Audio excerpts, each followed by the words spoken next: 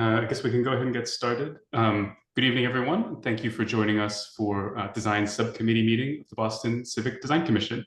The BPDA is continuing to host public meetings in a virtual setting for the health, safety, and accessibility of Boston residents. My name is Adam Johnson. I'm an urban designer with the BPDA. Before we proceed with the agenda, the open meeting law requires that I notify the public that this meeting is being recorded.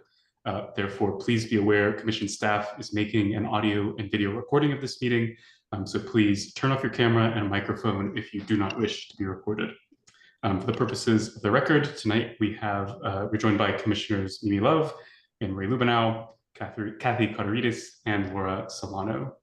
Tonight's meeting will follow a typical BCDC Design Subcommittee meeting format, beginning with a brief presentation from the proponent, followed by comments from BCDC commissioners, followed then by public testimony. A reminder to all the proponent teams with us that presentations will roughly be limited to 10 minutes. BPDA staff will give presenters time warnings throughout the evening. With that, unless there's any business or any comments from the commissioners, I think we can get started on the first proponent. So tonight we're going to have two projects. We have White Stadium first, followed by Faneuil Gardens after that. This is the second presentation of White Stadium to the Design Subcommittee following an introduction back in May. It's my understanding that there are no further recusals for this project. So unless any of the commissioners disagree with that, I think I can turn it over to the proponent team.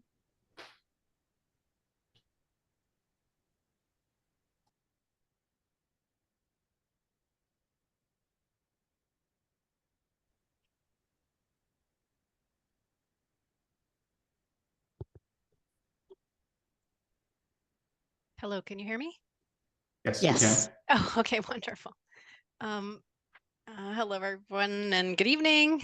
I'm Tamara Roy from Stantec Architecture, and with me is Christopher Bridle from Stantec Landscape Architecture, as well as our East team members, Dan Jones, Dan Alilla from Jones Architecture, as well as Crowley Cottrell Landscape Architects from the East.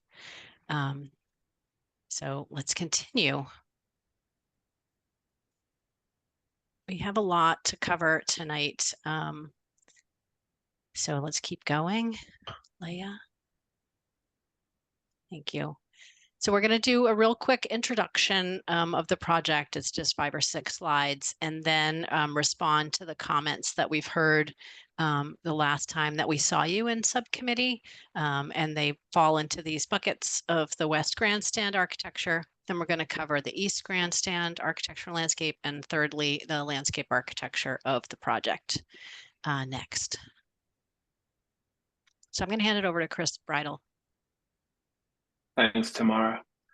So this slide is just to remind everyone of our sort of core principles as we've gone through this design iteration or design evolution. We've been closely following these principles in the Franklin Park Action Plan, and I won't go through each of them, but I'm sure you can see them there. And also this diagram shows, you know, some of the major organizing sort of features that we are also respecting: the overlook as a promontory, views to and from this central spine that sort of defines the valley of the Playstead, and then these views surrounding from the south and also from the east. That these organizing elements are guiding our site design. Next slide.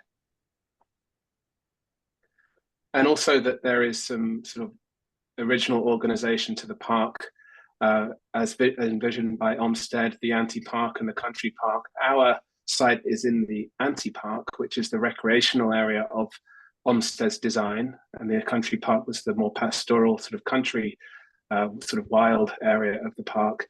And in the anti-park, as I'm sure you're all aware, there's been lots of cultural activities that have happened over the years, and that we are honoring, I think, and then furthering that the idea of this being a place for events for all people and for recreation of the school children of Boston.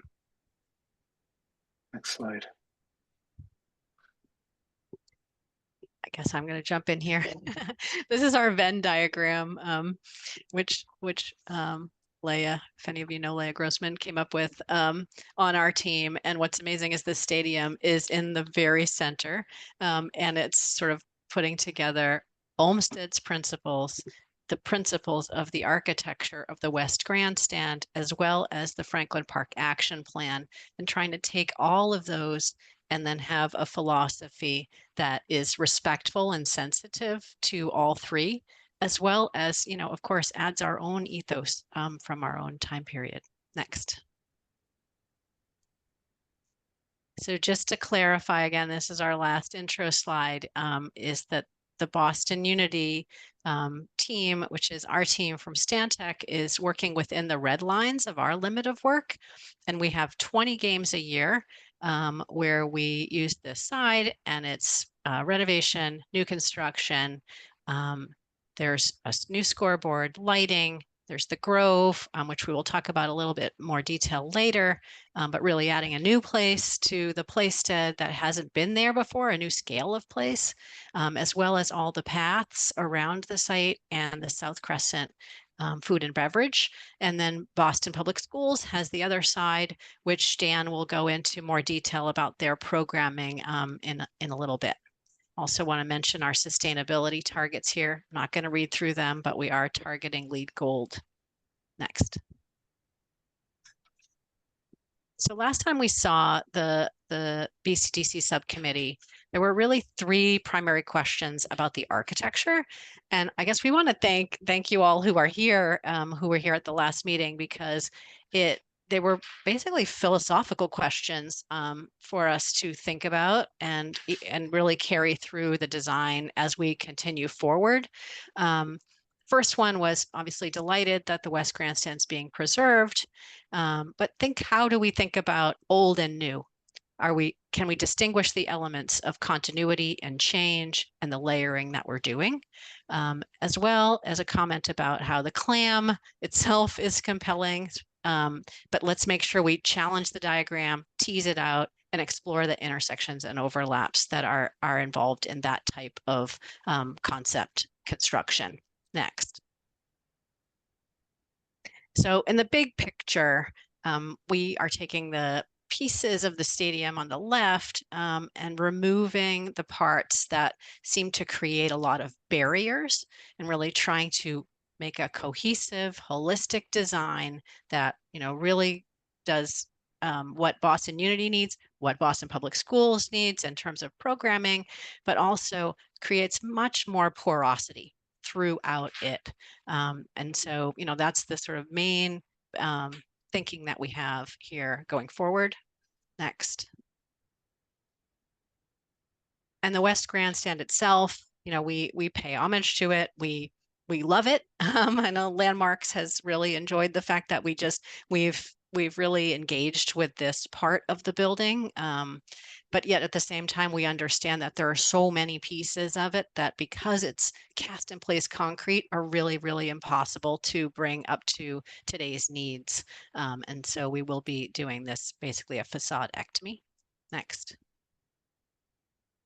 And we are working with Landmarks and with our preservation consultants to, you know, make sure that we're going to preserve and protect this wall.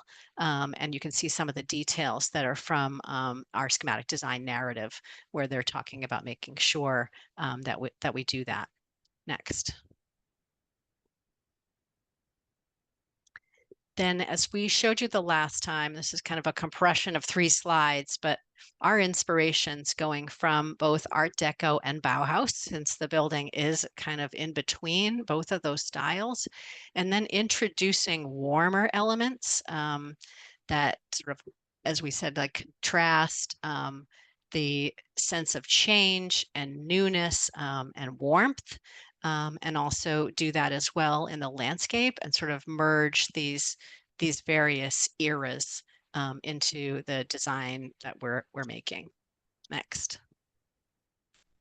So this one you've also, I think, seen before, that just the reminder of the clamshell concept, which for the entire building is wrapping it around in a sort of white solid element. And that is true for the East as well as for the West, which is great.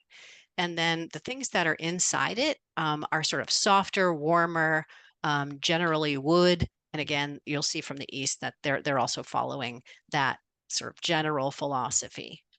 Next.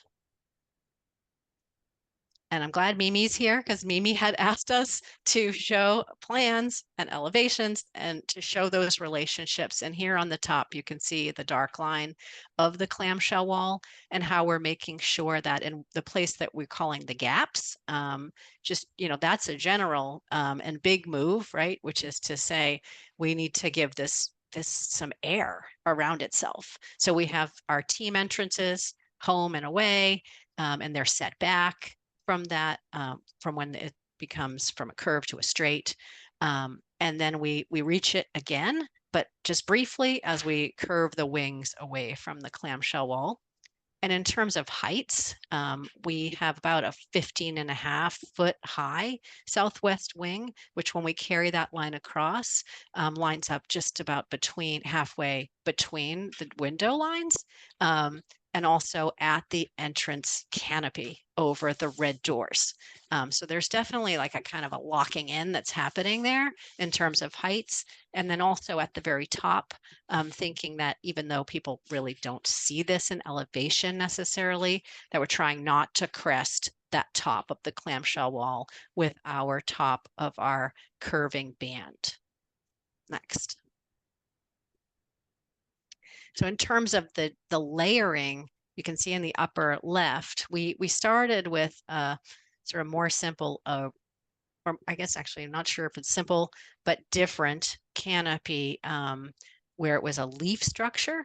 But now that we have consolidated all of us around the clamshell as a concept for the entire stadium, are thinking more about this layering of the space in between the clamshell wall, the top canopy, which is now a sort of more cohesive curved element, and then the bowl that sits underneath it.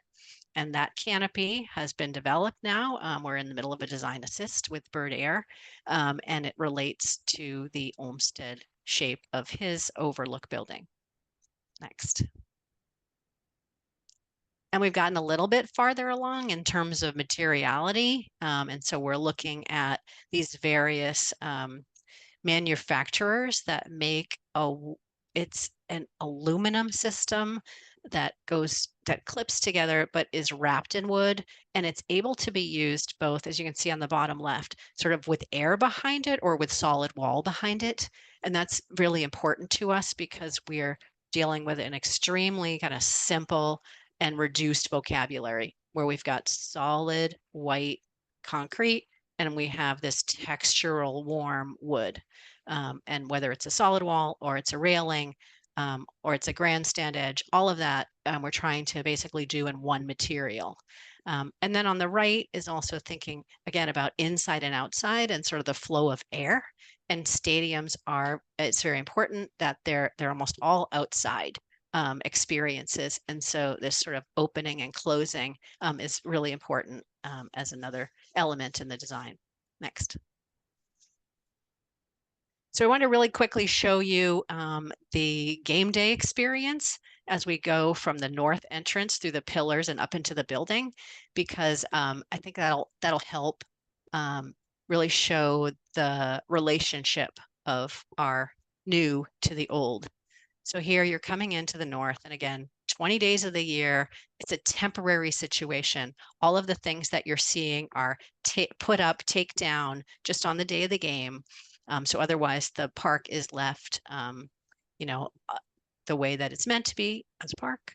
We're coming around and through those north pillars, which again, the Landmarks Commission really pushed to keep. They thought that was an extremely important element to preserve. We're coming through security. We put it behind the pillars to make sure that that long distance experience was retained. We have a space as you come in where it's kind of fun and food trucks. And then you can start to see those wood walls. There's an elevator straight ahead, that white volume, but we're going to go and walk up the stairway. We're going to pivot over here and look at the game, which is playing here. And then you can see the elevator there. We're going to go up another level to the concourse. And one of the things that we really are excited for you all to see is how much this experience is sort of always relative to the park. It's keeping you this conversation with the clamshell wall, with the trees beyond, with the sky, right? This is a very open kind of place, and we're trying again to sort of keep the palette fairly minimal, true to the sort of Bauhaus history. Of course, our interior designers have not gotten to work exactly on this here yet, so we're early in the process. But now we're going to walk you up that grand stair, which we purposely placed here so that you could come over and peek over the clamshell wall at sunset, look down again at that two-story space of the concourse, and come up to the very top where there's some loge seating, some bars, and also that's the top of the seating bowl. So we hope that helped. Next, Leah. I'm going to wrap this part up.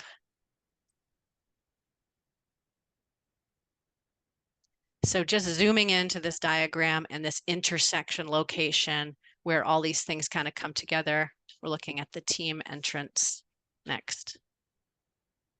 And some studies we've been doing, they're really just initial studies. The East Grandstand started talking about how they would use white precast on their side of the building. And so we thought, wow, this is a plastic material. We could really tell some stories with it. We're not sure exactly where we'll go. And we understand that this is we hope you understand that it's going to be a long process studying these, but there's so many possible narratives that we're listing, like on the left, including the social history of the site, the Bauhaus patterns, the clamshell metaphor, etc. So that's a study that we will do that's ongoing. Next. But also thinking about art and temporary things which start to tell stories. And certainly the clamshell wall is a perfect projection screen. So we'll be looking into that as well. Next. And so there is that moment sort of where our team comes in, and they actually, it's very much like a moment where the fans wait and they watch them all come in. We're adding some colors. That's where the transformers are behind this screen, but you can't tell. And then you see all of the curving wood walls and stairs and sort of areas at different heights, and then the canopy beyond, and the potential for some patterning in the foreground. Next. And very lastly, the South Crescent, which is, if we're going sort of from old to new, the South Crescent is really completely new.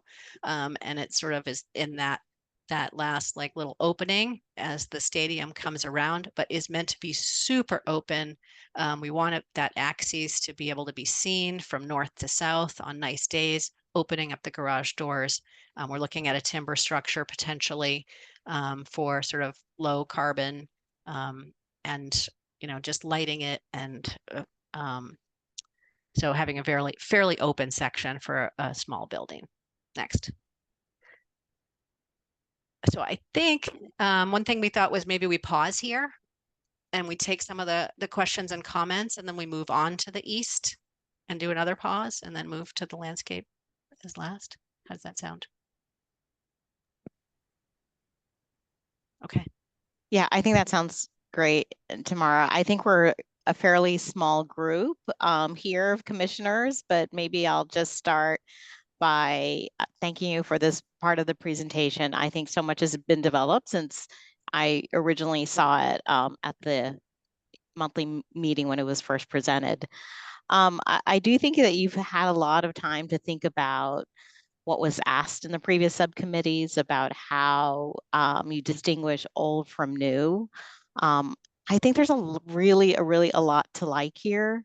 I think we could get fussy about some of the details, but I think the bigger picture that I'm just curious about is how you reconcile the language that you're developing with what's happening on the East Grandstand. And I know I know there's some coordination, but it's maybe not full coordination. And how do we get a holistic picture Or what are the thoughts behind seeing this in tandem while the design is being developed separately? I think those are my biggest concerns. Right. Well, I think it might be good to let Dan and the East Side present, because then you might see how we have developed this. I mean, it's almost like we say we're one thing, but we have two sides. We have two teams working, but all rowing in the same direction, or we have to figure out the right sports metaphor. But we have had numerous meetings. We have literally Right. 2 or 3 meetings a week collaborating. And there's, in fact, an entire matrix of collaboration that Dan's going to show. Okay. And maybe it's too soon to do that just yet. I definitely want to hear from the other commissioners, but I think that's where my, biggest questions remain. Okay. Yeah, I have a similar concern. This is my first time seeing the project at all, so I've been catching up on it. I really appreciate the approach to the project, the design philosophy and principles. I think the idea of a simple and reduced vocabulary, opening it up, makes a lot of sense. I do have questions about the choice of materials. I've done a lot of adaptive reuse and preservation projects. I understand the notion of distinguishing between old and new, but the look of the wood, while I think appealing in many respects, I just have a little bit of a kind of intuitive response to it. Just seems to be inconsistent with what I think about as being Art Deco or Bauhaus. So I very much appreciate the thinking about it from a environmental standpoint, but just as we think of, just because I understand this is a very sensitive project in terms of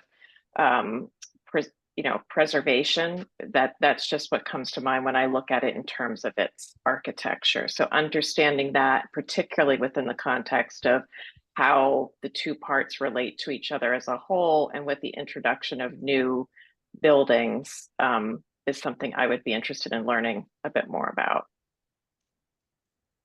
Okay, thank you.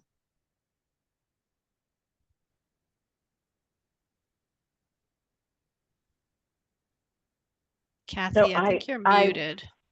Oh, sorry, Laura. Tamara, I would like to know a little bit more about the team entrances, but in particular about how they relate to the landscape around them. So should I wait until the landscape architecture comes up, and let's come back to that? Yes, please. Thank you. Okay.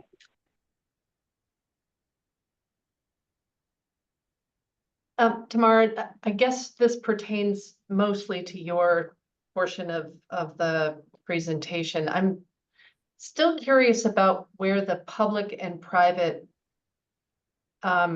spaces are in relation to off season, and where what is off limits to the public, and when.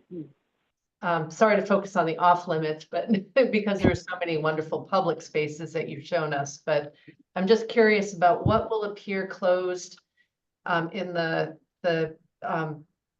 outside the professional season. Right. So I think the tightest limit around what appears closed is on the ground floor, Kathy, which is, the team locker rooms, those kinds of back of house spaces that won't be shared. Otherwise, there's the tunnel club, there's the second floor, which might be partially open to the public, depending on what the event is, or what the use might be. And then the upper part is open, because it's just open air generally. So I mean, we see BPS students being mentored by staff at Boston Unity. So they may be up in the press box learning how that works, or, being in various parts of the West Grandstand. But generally, I would say that students from BPS are, on the side of the BPS East Grandstand, and I think I'll let Dan, one of his first slides is the programming that's happening over there. Right, but on the west, or actually probably more toward the South Crescent, all of that is space that is programmable year round. Is that correct? Yes, and the South Crescent specifically, because it's a food and beverage location, wants to be open as much as possible. So that's a very public venue. And because the programming of the Grove is also extremely public, we want that interrelationship. Just to add to that, I think it would be just, again, given the sensitivity of this project of balancing effectively a private use with a public use, understanding, you made some references to, these are things that would appear on a game day 20 times a year, but just, I think being in future presentations, being very clear, maybe even having some diagrams about kind of what's public, what's public all the time versus limited access versus what appears versus disappears, at times of, game days versus non-game days. Okay. So is the field open in the off hours? Dan, are you able to unmute? Yes. Yep, I am. So the way it's been described publicly is that the current, and I don't know, Diana, if you want to jump in, but the current hours for the stadium are quite limited. And so they will be now open, or 7 a.m. to 10 p.m. is my understanding. Daily. And that so, includes the weekends, Laura. And so today, the current hours of operations for the field and the track and the use of the stairs for people to do fitness and the grandstands is only open from 8 a.m. to 4 p.m. and it's only Monday through Friday. So this is now extending those hours into the weekend. And increasing, right, the amount of hours. So looking at that earlier opening at 7 a.m. and the later piece at 10 p.m., given some of the feedback we received from the community along the way as, this being an important resource. This does not mean, right, all the landscape around it and the play stud and areas outside, those are going to be fully open 24/7, right? But I think the sort of inner guts of the stadium here will be open from 7 a.m. to 10 p.m. Daily, with the exception of holidays. Yeah, that's terrific. I think that's going to be critical to its long-term success, really, and its contribution to the neighborhood. I agree, and I'm actually really delighted to hear that, and I think that's a terrific addition to this space. But that begs the question of lighting and how that would be handled on a regular, neighbor use of the space versus game day lighting. Is there a distinction? And will we see that perhaps later? And I should be asking this question later in your presentation. I'm not sure we're at that level of refinement at the moment. I think lighting is one of the things that has been, one of the few last things that we don't have a whole great answer to yet, but we will. Got it. Tamara, I'm curious if you've shared an image of the Grove, not from the inside, but from the outside in your presentations. Because we certainly have the view with the garage doors open. I'm just curious what the backside of that elevation looks like, because I'm really excited to see what the East Grandstand's looking like, only because you have the wings, the north and southwest wings that are pretty symmetrical around that Grove. So that Grove's going to have a lot of pressure both on the inside and the outside. I think we've seen the inside, and I'm just curious how you're treating that on the outside. This does make me think, Tamara and Dan, that this might be a good transition point here to get us onto the east side. And we can show a little bit more detail also in the landscape section, Mimi, to your point. Okay. I also want to note for Tamara and Dan that we're sort of 34 minutes in, so it may make sense for us to go through the East Grandstand architecture and the landscape together and then really open it up. That's great. Yeah, that sounds good. And I'll try to keep it pretty brief in the interest of time. But one thing I did just want to say, first of all, my first time presenting on this project to you all. So I'll just introduce myself. I'm Dan Ola. I'm the project manager from Jones Architecture. And the thing I just wanted to say about the image here that speaks to a question that I think Mimi brought up at the beginning is just how we're looking for, how we're getting to this holistic vision. And I think we'll talk a little bit about that later on in terms of materiality. But one thing I did want to mention about this massing and this site diagram and some of the consistencies that we're trying to build with the stadia and the canopy that we'll look at sectionally a little bit later have really come a long way since the first time you probably saw this site plan, where it was, the West Grandstand and the addition of the wings, and that kind of mirrored the East Grandstand that you see here.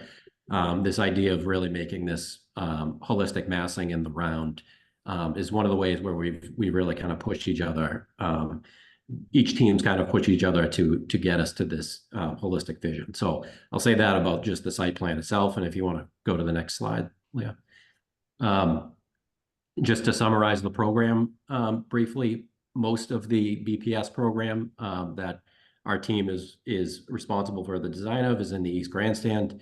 The wing on the left-hand side of the page, or the northeast side, is BPS offices and student resource and student lounge space. And then on the southeast side, it's a strength and conditioning and sports medicine center that actually has some, we'll see in a bit here, has some garage bay doors very much like the Crescent building has, that allow that training space to open up to the track and field for BPS students. And then in the center, the locker rooms are at the track level. There's a food and beverage service space below. And then there's a concourse. There's 2 concourses above for all the spectator seating. And then the only thing that is part of BPS's program that's on the west side is an athletic equipment storage space, which has a distribution center that serves all areas of the city. So there's a fair amount of cars for coaches and deliveries there. So we've paired that with the loading dock area for that the West team's using, so that we have some synergy in there and not duplicating loading area program. So we'll move to the next slide. And then just to speak to some of the materiality, this is one of our earlier sketches and just how we're thinking about building a kind of consistent language with the West team. I think Tamara talked a little bit about this idea of these kind of, particularly on the west side, where you have this really solid historic clamshell, but then you have these accentuated, more porous areas that serve as the entry points. We're trying to kind of build a similar language there. And I think this diagram up at the top of the page is really about the edges of those wings really being this precast shell that does relate in language to the West Grandstand. But as you kind of start to experience the stadium and the round, particularly on the east side, walking around Placedead Road, we're starting to try to build a relationship where that, naturalistic, curvilinear, and kind of warm materials start to become more prevalent and more part of the concourses. So we're starting to look at some, in this sketch, we're looking at some screen wall system that allows those concourses to be really porous, open, and feel part of the tree canopy and the Long Crouch Woods beyond. So we can go to the next. And that was a kind of outdated sketch, but I think what we built on from then, where you see in some more developed elevations here, is similar to what Tamara talked about, where you have this a more solid shell towards the outer part of the facade, that use of natural or warmer materials on the inside, with views really focused on the activities on the field. And then another thing that we're doing here is kind of a move that is similar to how the massings of the existing grandstands are today. They really kind of slope down to that wall condition that surrounds the stadium, what we're doing with the wings now is starting to kind of let those rise up to the larger scale grandstands to allow a nice smooth transition from a lower massing to a taller one, which is something that I think the current massings do really well. Go to the next. And then, as I said, sectionally, one thing that we've really been working on is trying to really maintain a consistent height and get our canopies kind of aligned together, even though we have a different program. And we also have a very similar floor-to-floor plate that we're really trying to maintain. With our concourse is really open at the main level, overlooking the field, with a community room out in the middle space there, and that's kind of echoed on the other side, but still it's more of their premium area, so you still get a real consistent feel when you're inside the bowl. You can go to the next. And then just to build a little bit more on some of the sketches we did similar to what Tamara was showing earlier, but on the right hand side of the page, we're looking at this idea that there's a smooth precast panel that is related to the existing kind of west grandstand and that historic Art Deco motif. And then we're starting to, as you start to go around the stadium, we can start to introduce some texture, whether that be rib texture or playing with the scale of a fluted texture or some kind of patterning to kind of build that repetition in. And then even in the window slots there that we have, we're starting to introduce that natural material, whether it be a stone or some other studies that we'll do as we keep going, but we want to bring that into the architecture. And then next.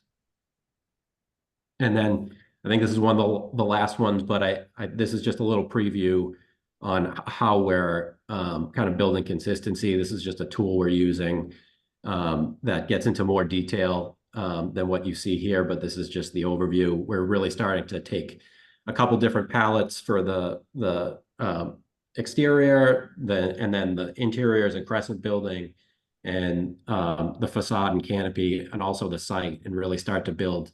We use this to kind of populate our thoughts and start to build consensus on material use and how we're going to tie those together. So you can go to the next. And this is where we are with the massing. You don't see yet the kind of slope of the wings here. We're still, working on updating our renderings, but I think this gives a pretty good sense of the scale of the massing as it's the way it's kind of heading. And then I guess I'll pause there unless Chris wants to. Yeah, I think we're going to go straight into landscape, right? Okay. Yeah, That's sure. right. Yeah. Thank you. Thanks, Dan. Appreciate it. So I think last time what we heard was there was questions about visual interest and color and the planting approach. So we're going to show you the overarching approach there. Also the grading of the grove, and we agree with you. This is a great opportunity to draw upon Olmsted's thoughts about undulating pastoral landscapes, and also what is the grove going to be like when it's not activated. And I think this is a balance between making sure this place feels, or the grove feels like it's part of the place set in a wider landscape, but also trying to determine some kind of sense of place. So next slide. I want to remind you again of the Franklin Park Action Plan and the core principles, some of the sort of more fine-grained principles that we are including in our design. Again, I won't go through all of these lists, but we've paid very close attention to these ideas, and that the idea that the park does require, or the park and our site does require some improvement in the way it's managed and the selection and integration of more diverse planting. So if we go to the next slide. Obviously there is some tree impact to the site, and we've been extremely careful in the design of the stadium and the site itself to preserve as many trees as possible, and also prioritize what we consider to be trees that are part of the original intent of the park. including these heritage trees, some of which are not being treated very well currently, and we intend to improve the conditions around those trees. There's also trees around the stadium that are entwined in chain link fences or in close proximity to stadium walls and stadium architecture. And those trees are the ones, obviously, that we see as reasons for removal. And there are also trees, obviously, in poor condition. So this is really, again, about a conversation about improving the diversity and improving the conditions for trees and looking at the long-term success of this space and for the park. Next slide. So this is an inspiration image that we found and think is very much in line with the thoughts of Olmsted, and we've highlighted here some of the underlining core ideas of our landscape planting design, which is to preserve heritage trees, to preserve informal groupings on the playstead, and also plant new trees using these principles, to introduce transitional understories that allow the woodland landscape to transition out and into the playstead through a series of different understory plantings. And that's really the core of our design. Next slide. This also shows how in Franklin Park those ideas were originally applied with understory and native meadow planting and understory woodland planting. And that this sort of, I guess, the image that we all have in our heads of Olmsted parks are these rolling pastoral landscapes with groupings of trees that both create space and create views around the park. Next slide. So this is sort of our overall approach. Again, we're looking at this holistically. You can see in a sort of thin dashed line the limits of the stadium site, the truss line. But we wanted to think about this site in relation to the playstead and to the wider Franklin Park action plan, and the ideas of bringing in this new diverse and new ecological landscape. So we've here got these four categories of understory, which we can get into more detail. But again, this is really about thinking about an overall landscape within the context of Franklin Park. Next slide. So we're zooming here into the understory of our site. And again, starting with the woodland understory, we would love to be able to remove invasives and replant new understory as it relates to our site, and then transition that understory through we haven't quite defined the definitive number, but maybe two understory typologies that will allow the understory of the woodland to transition into the open meadow.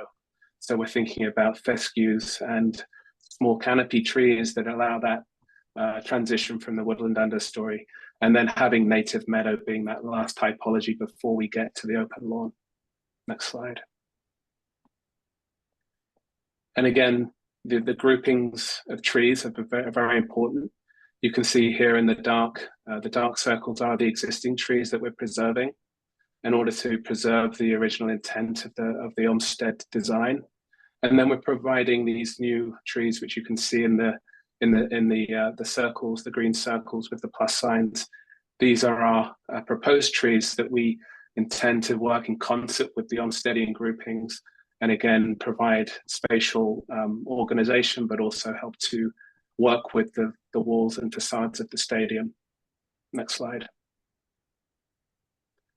This shows our grading approach, where we're feathering out the grades that exist at the moment.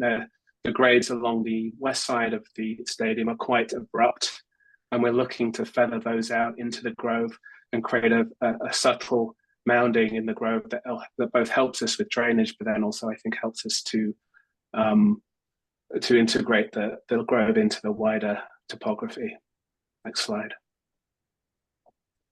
This shows an image looking south from the stadium behind us, and this shows the introduction again of this woodland and transitional understory that we think works nicely with the composition of the grove. The grove will have lovely refined details, but again, the idea is that this is integrated into a wider landscape and that we're preserving existing trees, and the grading and the planting work in concert with that idea. Next slide. We wanted to also show the view with the South Crescent behind us. You can see the overlook here on the right-hand side. And this grove is again intended to be part of a wider landscape, not to have its own topography, but part of a wider topography, and that it bleeds off and blends off into the Playstead beyond. Next slide. And this shows sort of a last view of the Playstead, how we're integrating again the understory of transitioning the woodland down into the Playstead, feathering out the grades, and allowing opportunities along the slopes and the existing outcroppings, which currently are not within our limit of work, but we wanted to show our design in context with the wider Playstead landscape and how this could potentially be in the future. Next slide. Chris, I just want to make sure I know where I am. Am I looking at the East Stadium or am I looking at in this view? Sorry, you're south of the stadium looking okay, at so we're looking east. at the west.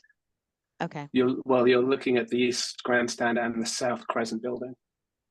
So the grove is immediately That's south. the West South Grandstand It's the in west. the background. Oh, I'm sorry. And the I'm South sorry. Crescent. Yeah. Yes. Okay. Thank Yeah. you. Okay. Thank you. Next slide. And then lastly, we wanted to show that while this is part of a wider landscape, this will be programmed with events throughout the year and through cultural and community events. So this is both something that we feel is passive and part of the wider landscape, but then has the ability to be something else for events. Next slide. And lastly, we just wanted to end in with other core principles which are fundamental, I think, to our approach. And I think in line with Olmsted's vision, which this is a place for people of all ethnic backgrounds and all abilities, and that this is a place for everyone to enjoy and be part of nature and to grow and engage with the cultural activities that we hope will happen here. Thank you. Thank you for that. Could one of you discuss, and again, I apologize, this is my first time seeing the project, but it occurred to me with all the discussion about BPS use, the game days, events, what is the impact or what changes are being made to address parking, drop-offs, deliveries, loading, event staging? What's new versus what's existing?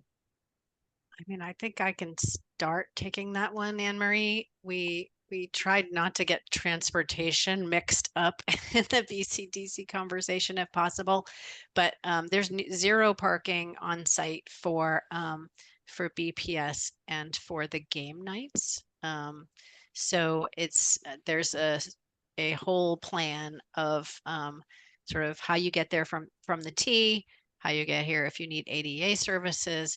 There's satellite shuttle areas. There's also T&C lot. There's an entire plan around the stadium for this, for all the uses, as well as, shuttle buses and school buses, all of that. Yeah, I think I was less concerned about the parking and more of just, deliveries. How does this, where do they come in?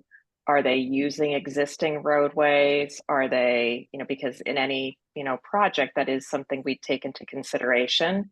And, Right. Where does the trash go? And I'm sorry to get into the No, that's pragmatic fine. details, but particularly That's since great. we're in a park. And again, there's a lot of sensitivity about, and I think your team is doing a lot along with the BPDA team to think about how does this happen within this, really special setting that we have here. So, how, foods or how do deliveries get made to the South Crescent, which I understand will be kind of concessions or food that will be available all of the time.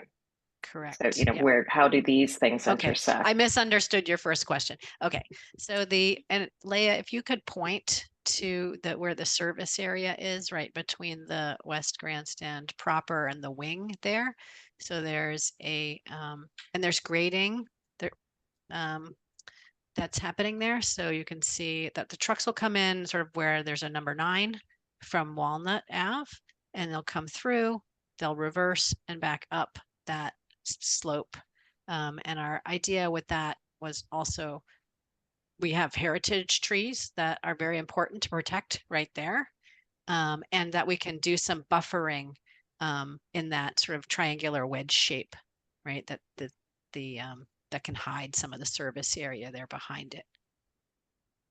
And that is service for the entire stadium. So getting goods and things through the south to the South Crescent will come through the West Grandstand. And then our trash, our kitchen, all of that is also sort of tucked on the, around there, Leah, thank you. And all behind, it's not going to be visible. It's not outside.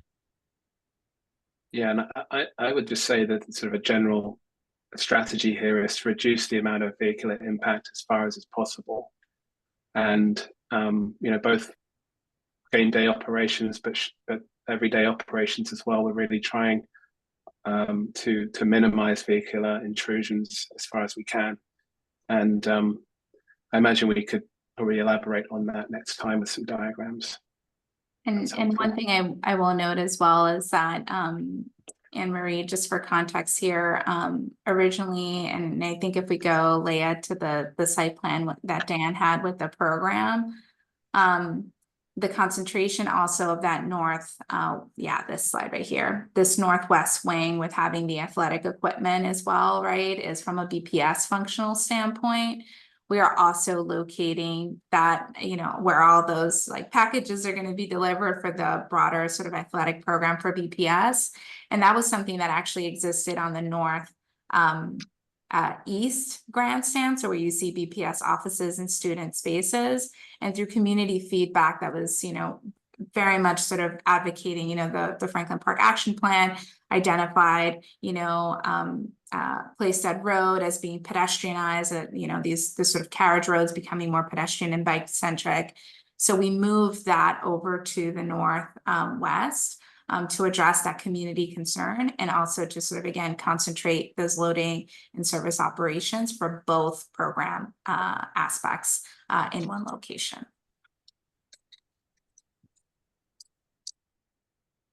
So Diana and Chris, I love the fact that this is more pedestrian and bike centric. I think that's a total game changer around this area. And I know the complexity that people will bring up about vehicular and access and all of that stuff. But is there a clear plan for bike paths and bike parking to support that, goal? I do wonder, Leah, and you're probably going to have to do aerobics here, but if we did have a public meeting, design meeting number 3, where we had a diagram that showed where some of the those particular elements would live. So there will be sort of temporary bike storage brought in for the game days, because we know that that's a mode of transit that we want to sort of promote as part of the game day events. And those are going to be situated near the South Crescent and the Grove.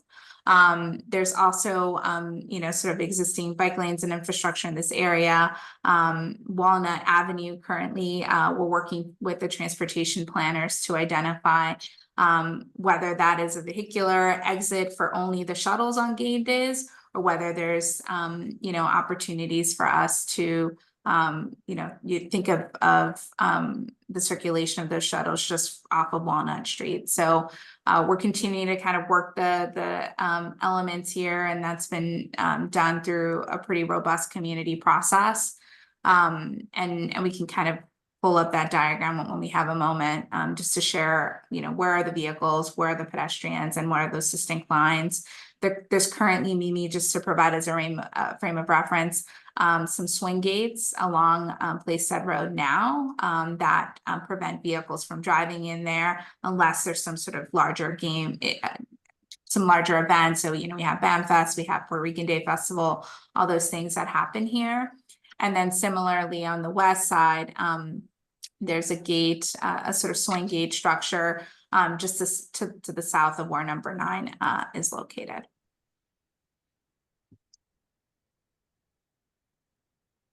Awesome. Yeah, this one right here. So what you can see here, Mimi, is that we have that sort of existing pedestrian connectivity, which this is sort of identifying pedestrian and vehicular circulation on sort of day to day. And what you see here is with Plaisted Road and Pierpont Road, right? That's going to continue to be primarily for bikes and pedestrians. Walnut Avenue and will continue to serve as sort of an entrance, a vehicular entrance into the park to service some of those needs, but that's sort of in a shared function as a shared right of way along that stretch. And those sort of gates, again, the swing gates provide that sort of barrier for vehicles getting closer into the park. Thank you. This is helpful to see. Yeah, it's really helpful. And Diana, the primary circulation also allows for emergency access as well, fire and yeah, so what you can see here is with that secondary circulation system, yeah, where Leah's wand is, what we tried to do is we try to be really masterful and build off of some of the work that the Reed Hildebrand team had done, which is sort of introducing these paths that can serve those multiple functions. So if you can think of the purple as sort of those larger carriage roads that are like, almost 30 feet in width, these sort of secondary pedestrian circulation systems, can range anywhere from, 15 to 20 feet in width, depending on the needs associated with access. So where Leah's sort of pointer is, that one is going to serve as the main emergency vehicle and fire access path. And then some of those paths that swing outside of it sort of change in character a little bit. And we have some further refinements associated with that character change in those widths.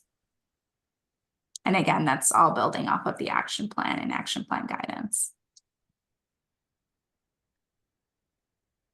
Kathy, I'm mindful that you wanted to leave at 6 o'clock. Is there anything that, or obviously if you want to stay longer, that's awesome, but I just want to make sure we get your feedback. So far, so good. And I guess I'm still hoping to see a bit more of the architecture of the East Grandstand, but that sounds like it's forthcoming and perhaps another opportunity. So Kathy, on that front, is there, I think what Dan and the Jones architecture team brought today was more in elevation. Is there anything in particular, like would some sections also be helpful, or a three-dimensional model? Let us know. We just want to make sure we're being responsive to coming back to you with some additional information there. Sure, I think and I'm so sorry that I need to push off, but I was really intrigued by the material studies and the thought for materials for the East Grandstand and how that fits into the framework that this presentation began with, stylistic alignments to different periods of time, and how those in fact would be applied at a little bit more of a pedestrian level, just to better understand the new design of the East Grandstand outward facing elements. So I'm sorry I can't stay to talk about that more, but if you don't have that now, perhaps we'll see that at a subsequent meeting.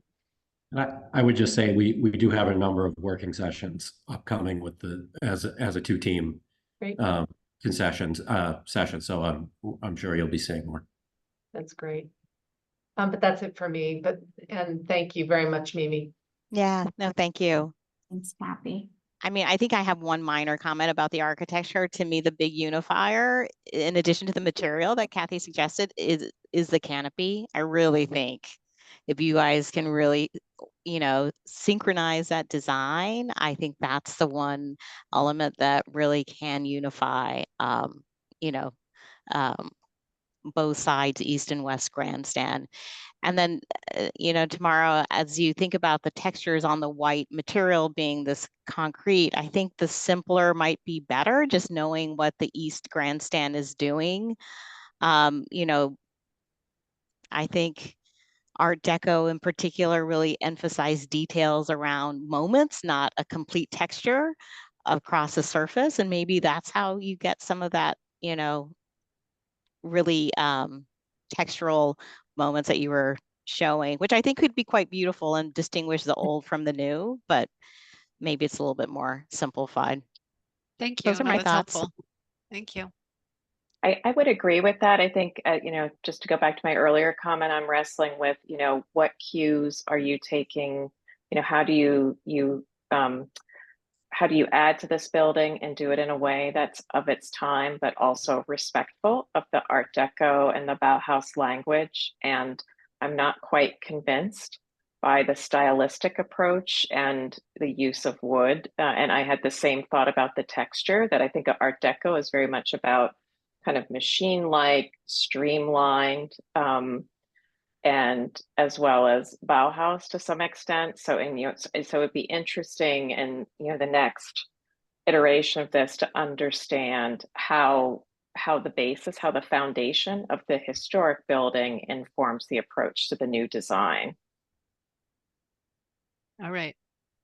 We can respond to that for sure. Thank you. I wanted to ask about the landscape that's associated with the East Grandstand. I don't think we talked about that much. For instance, are the paths that we're looking at, were those mostly there before this work started, or how did those work? I could speak to that. I think the paths on the East Grandstand that you're seeing, those are all new. Okay. The existing East Grandstand is actually it was actually closer to the field. The field is wider, so the new building is pushed back further. I see. And those I can just kind of explain from a high level is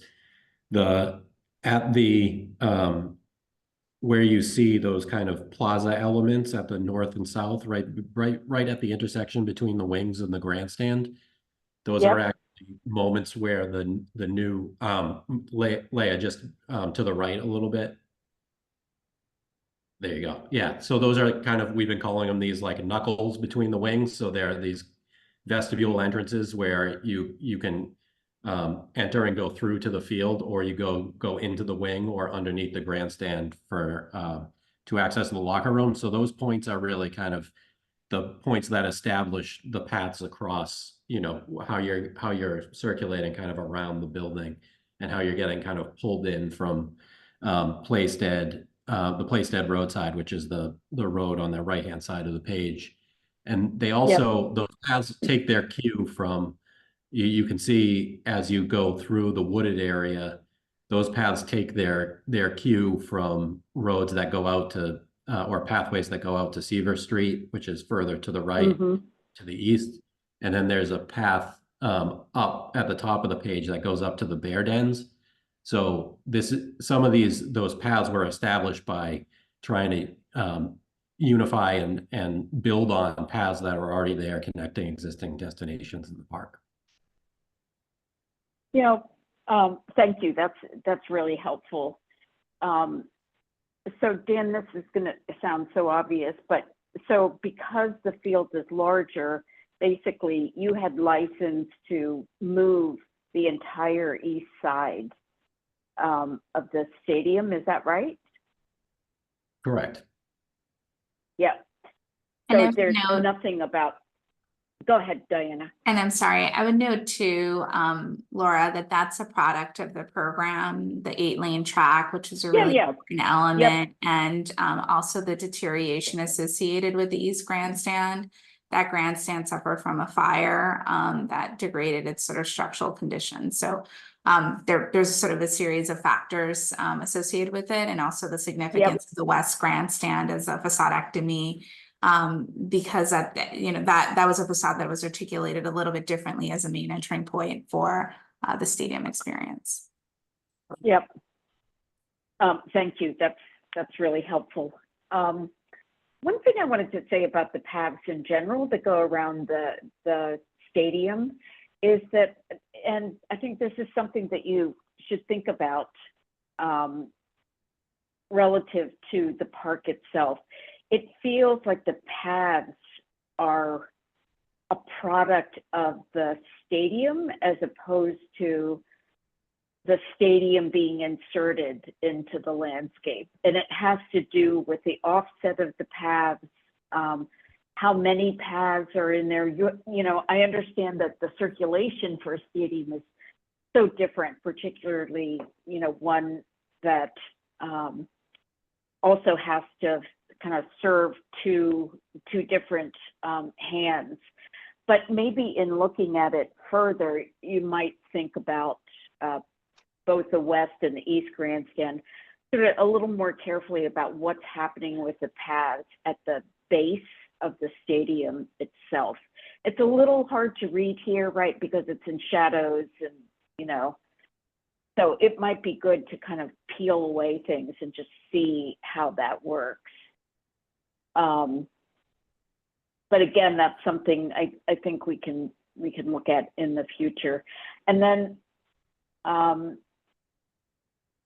Chris, the Grove, I'm curious how that got the name when there are very few trees there. So I'm sorry, don't mean to be facetious, but I'm a little curious about that. And I'm also a little concerned about the amount of sun that you're going to feel in that area, especially on a day like today. So you're getting that comment because of the heat wave we're having too. It's a very good point, and something, you know, I think tree placement and making sure that what we do feels like it's part of the playstead and part of the wider park is what's driving us here. And I think there may be more opportunity for shade trees, but there's a balancing act here, I think, in keeping this open and feeling like it's part of a wider landscape, and also creating the functional requirements for shade and the programmatic requirements for the space as well, right? This is intended to be an event space, but also part of the park. So there's lots of sort of factors that we're working on here that hopefully resolve in a solution that feels like it's part of the playstead and part of the park. But I get your points, and they're valid, good questions. So it occurs to me that, you know, you're right. You need to leave that open for those activities and to make it as flexible as possible. And, you know, people can bring in tents, and, you know, there's ways to create shade. But this is also kind of a spectator place, and having some places for the spectators, not unlike when you get in the stadium itself, you know, places to kind of go on the edges so that they can kind of observe what's going on in the center.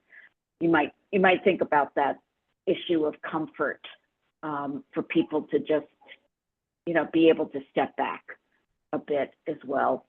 You're very early on in this stuff. I know there's a lot of miles to go, but and a lot to think about. But I would definitely take that into consideration as you move the design along. And then just, I'm sorry, one last thing about the paths back to the east is its closeness to the existing courts. Let me see. We're allowed to draw here, right? This is the session we're allowed to draw in. Yeah. There. You know, it's really kind of like later on when you start to really look at the grading and the layout, et cetera, you know, should we be pulling away from that just so that there's enough room to think about how the existing fits in? Crowding the existing will make it, you know, will take away from both the old and the new, I think. Okay. Yeah, we can certainly look at and those courts are new, so we have some flexibility to. Oh, good. Okay. Thank you. Okay. Maybe I'm good. Oh, great. Maybe we're ready for public Actually, maybe comments. before we open it Okay. up for public comments, I just want to make sure, Laura, was there anything related to the planting approach? I just want to make sure we receive any feedbacks associated with the overall planting plan and sort of broader strategy. Yeah, I did look at that, and I think we're doing okay. It's when you're at this scale with trees, it's always really hard to tell, right, exactly what's going on, particularly given the size of trees that we can really put in to begin with.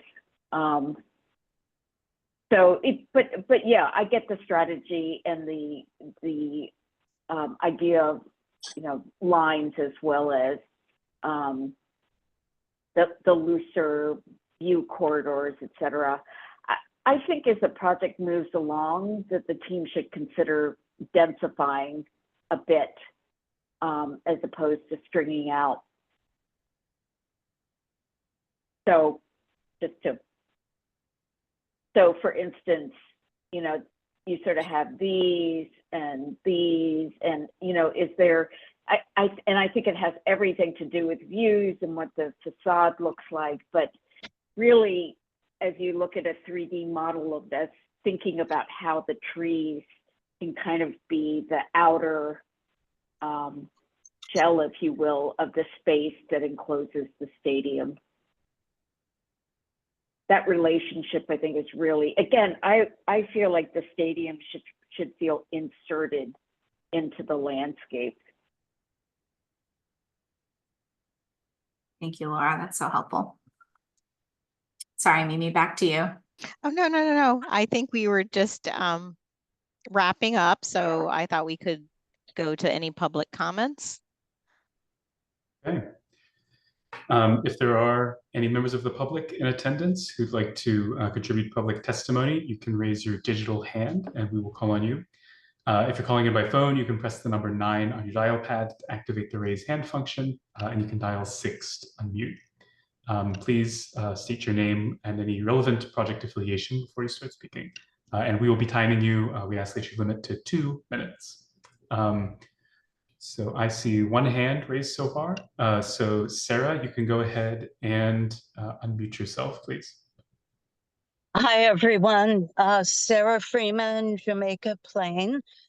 I have a couple comments. One is I'm glad the trees came up in the last comment because when you see the aerial view, you don't really see the size of the trees in relation to the building. And with the aerial view, you don't see how much the building might be changing compared to what we might have in our heads as the way it is now. If you could show a profile slide, I don't know if the public can request slides, but the reason I ask is a resident in JP has pointed out that on the grandstand, when you're in the audience in the higher levels, the way the sight lines work, you wouldn't see probably at least 1, maybe 2, I don't know how many lanes would be obstructed because of the height and the angle. And I think that's something that needs to be considered, as well as how many of the trees will be small, and it might take decades before they actually are visible from the inside of the stadium. Thank you. Thank you, Sarah. Next up, we have Anita. You can go ahead and unmute yourself, Anita. Thank you. Thank you all so much for the presentation. I am with the Emerald Necklace Conservancy, and I just want to provide a little bit of context in regards to the community. So the current proposal for the near total demolish and redevelopment of the George Robert White Stadium and surrounding acres of public land in Franklin Park raises numerous serious concerns and questions from the community, particularly around their need to self-determine what happens with this space, the use and disposition of the public facilities, disregard for legal protections required for public open space and environmental protection. So I just wanted to let that be known, and that there's still a lawsuit going on. Thank you so much. Thank you, Anita. I'm not seeing any other hands raised. Diana or the project team, I think you're welcome to respond before the commissioners, I think, invite you to talk about next steps. Absolutely. So just to follow up on Sarah Friedman's comment, we'd absolutely love to follow up with some additional elevations and profiles to address some of the sightline concerns. We did an extensive view shed analysis as part of this work that was presented in design meeting number 3 and number 1. So would love to get into some of that and provide clarity there. And then as it relates to Anita's comment, this is yes, the lawsuit is still ongoing. We received preliminary injunction relief from the lawsuit brought on by the Emerald Necklace Conservancy. It was found that the project was not violating the trust, and that given that the ownership of this particular project will remain under Boston Public Schools, and these are sort of leases intended for the project. This will allow us to still have this be a city project. This is a BPS stadium. It will continue to be a BPS stadium in perpetuity.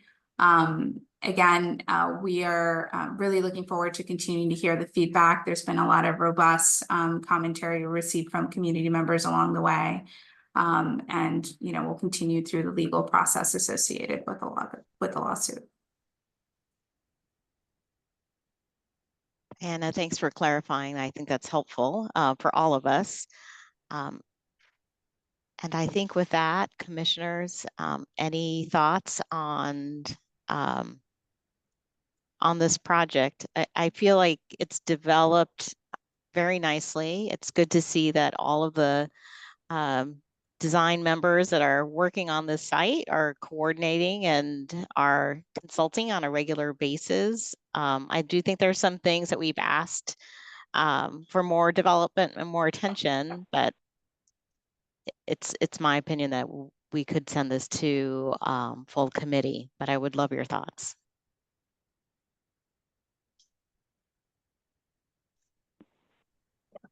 Again, this is the first time I've seen the project. I think I like the direction it's headed in. When I think about the kind of concerns, the public concerns that have been raised about this project and the public nature of the project itself, my general inclination would be these projects deserve more time and attention. I understand that there's some urgency to approve it, but it would be my preference for it to go through more review. That's just my opinion.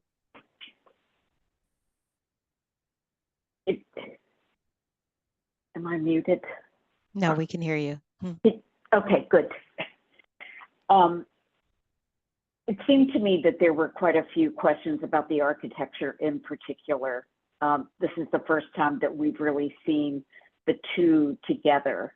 And it feels a little undercooked to me at the moment, even though I know that they are having lots of meetings, et cetera, in particular with the materiality, excuse me. I myself am not certain, how those kind of hang together, and eventually they do meet, right? Spatially, I guess. So I would like to see more of that as well, Mimi. I feel like one more meeting would with the right amount of time, would be truly helpful. Yeah. Oh, I'm sorry, Mimi, go ahead. I guess where I'm a little bit, struggling, and maybe Diana, you can help clarify. I don't know that, the East grandstand is in our purview. That was just courtesy It for us isn't, to see right. it. And so I do think that the West grandstand is further developed. And while there are some issues that we raised, does that really warrant a whole other review? Is it in subcommittee? And I think just to provide a little piece of clarity here, I think, this is on a pretty critical timeline associated with some of the timelines with the project. As was stated in the last IAG meeting, it is a desire to bring this to the July BPDA board. And this doesn't mean that this is the last time the BCDC will see it. Certainly there's an additional full commission meeting where some of these details can be brought with more emphasis addressing some of the comments addressed today, and deliberation can happen in that moment. We also think that as we have done with previous projects when brought to full commission, there's an opportunity to come back with advisory presentations or particular milestone presentations. That is sort of a similar process that we're taking with the Landmarks Commission, knowing that this project will continue to develop and those details will continue to be refined as we go through different thresholds. But as noted, and just as a frame of reference, right, when we take projects to the BPA board, they're usually at a schematic level in terms of their design development, and post board is when we really get into the fine detailing associated with those expressions, and an appropriate place to have a report back to the BCDC in terms of the material developments in that space. But we are happy to respond if it were to go to full commission to all the comments we've heard here also. Yeah. Diana, that was helpful. Thank you.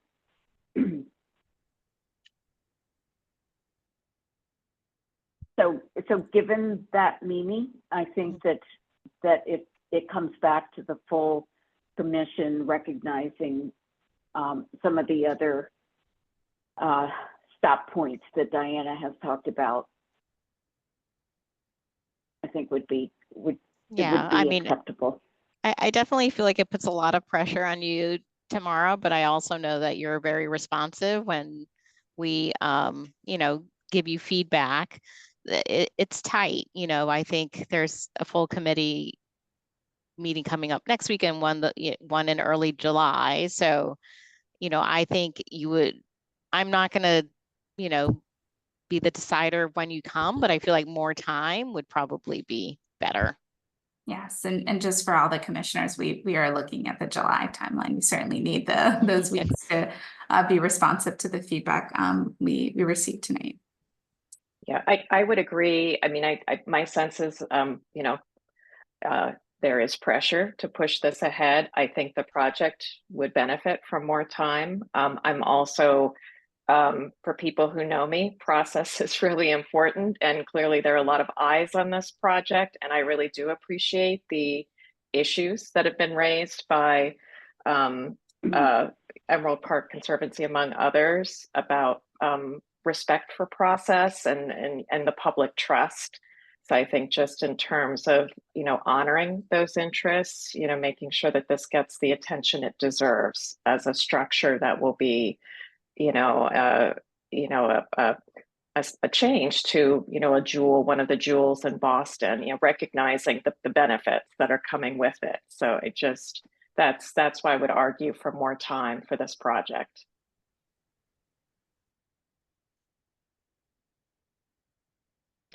But Anne-Marie, just to be clear, more time within this time frame of sending them to a full committee in July, or more time within a subcommittee? I would context. argue, I would advise coming back to subcommittee. I understand that there's interest in moving it ahead. I am concerned about, I feel like there's a trend towards projects moving ahead without the time and attention that we've given to other ones. So that's again, I'm just one voice. on the commission, but I think it would benefit from, as Laura mentioned, the architecture is a piece of our purview. And I think there are just some, significant philosophical questions that has nothing to do with our, we certainly have, I too share confidence in the team, but when I think about other projects that have gone through a pretty high degree of scrutiny before being brought to the full commission, I'm just thinking about that in mind. That's what I have in my mind when I raise this concern. Yeah, and I can certainly appreciate that. I do think there is something to, there have had how many subcommittee meetings? I do feel like I'm new to this project. You're certainly new to it, Anne Marie. So trying to weigh that. And one thing I do want to note as well, right, is that this is a project that's gone through a really, this is not the only commission reviewing the project. It's being reviewed by Landmarks, it's being reviewed by Parks Commission, BCDC, and has gone through a really extensive public engagement process with a heavy design focus. We totally hear you, Anne Marie. We know it's the first time you're seeing this, but this has gone through a pretty robust public process, and there's certainly more detail associated with where we're going next. But do wish that you all consider evaluating this at full commission if it's if at that moment we still feel like there's additional development. We can sort of take a motion there, but do believe that this team is pretty committed to being responsive to the feedback that has been received.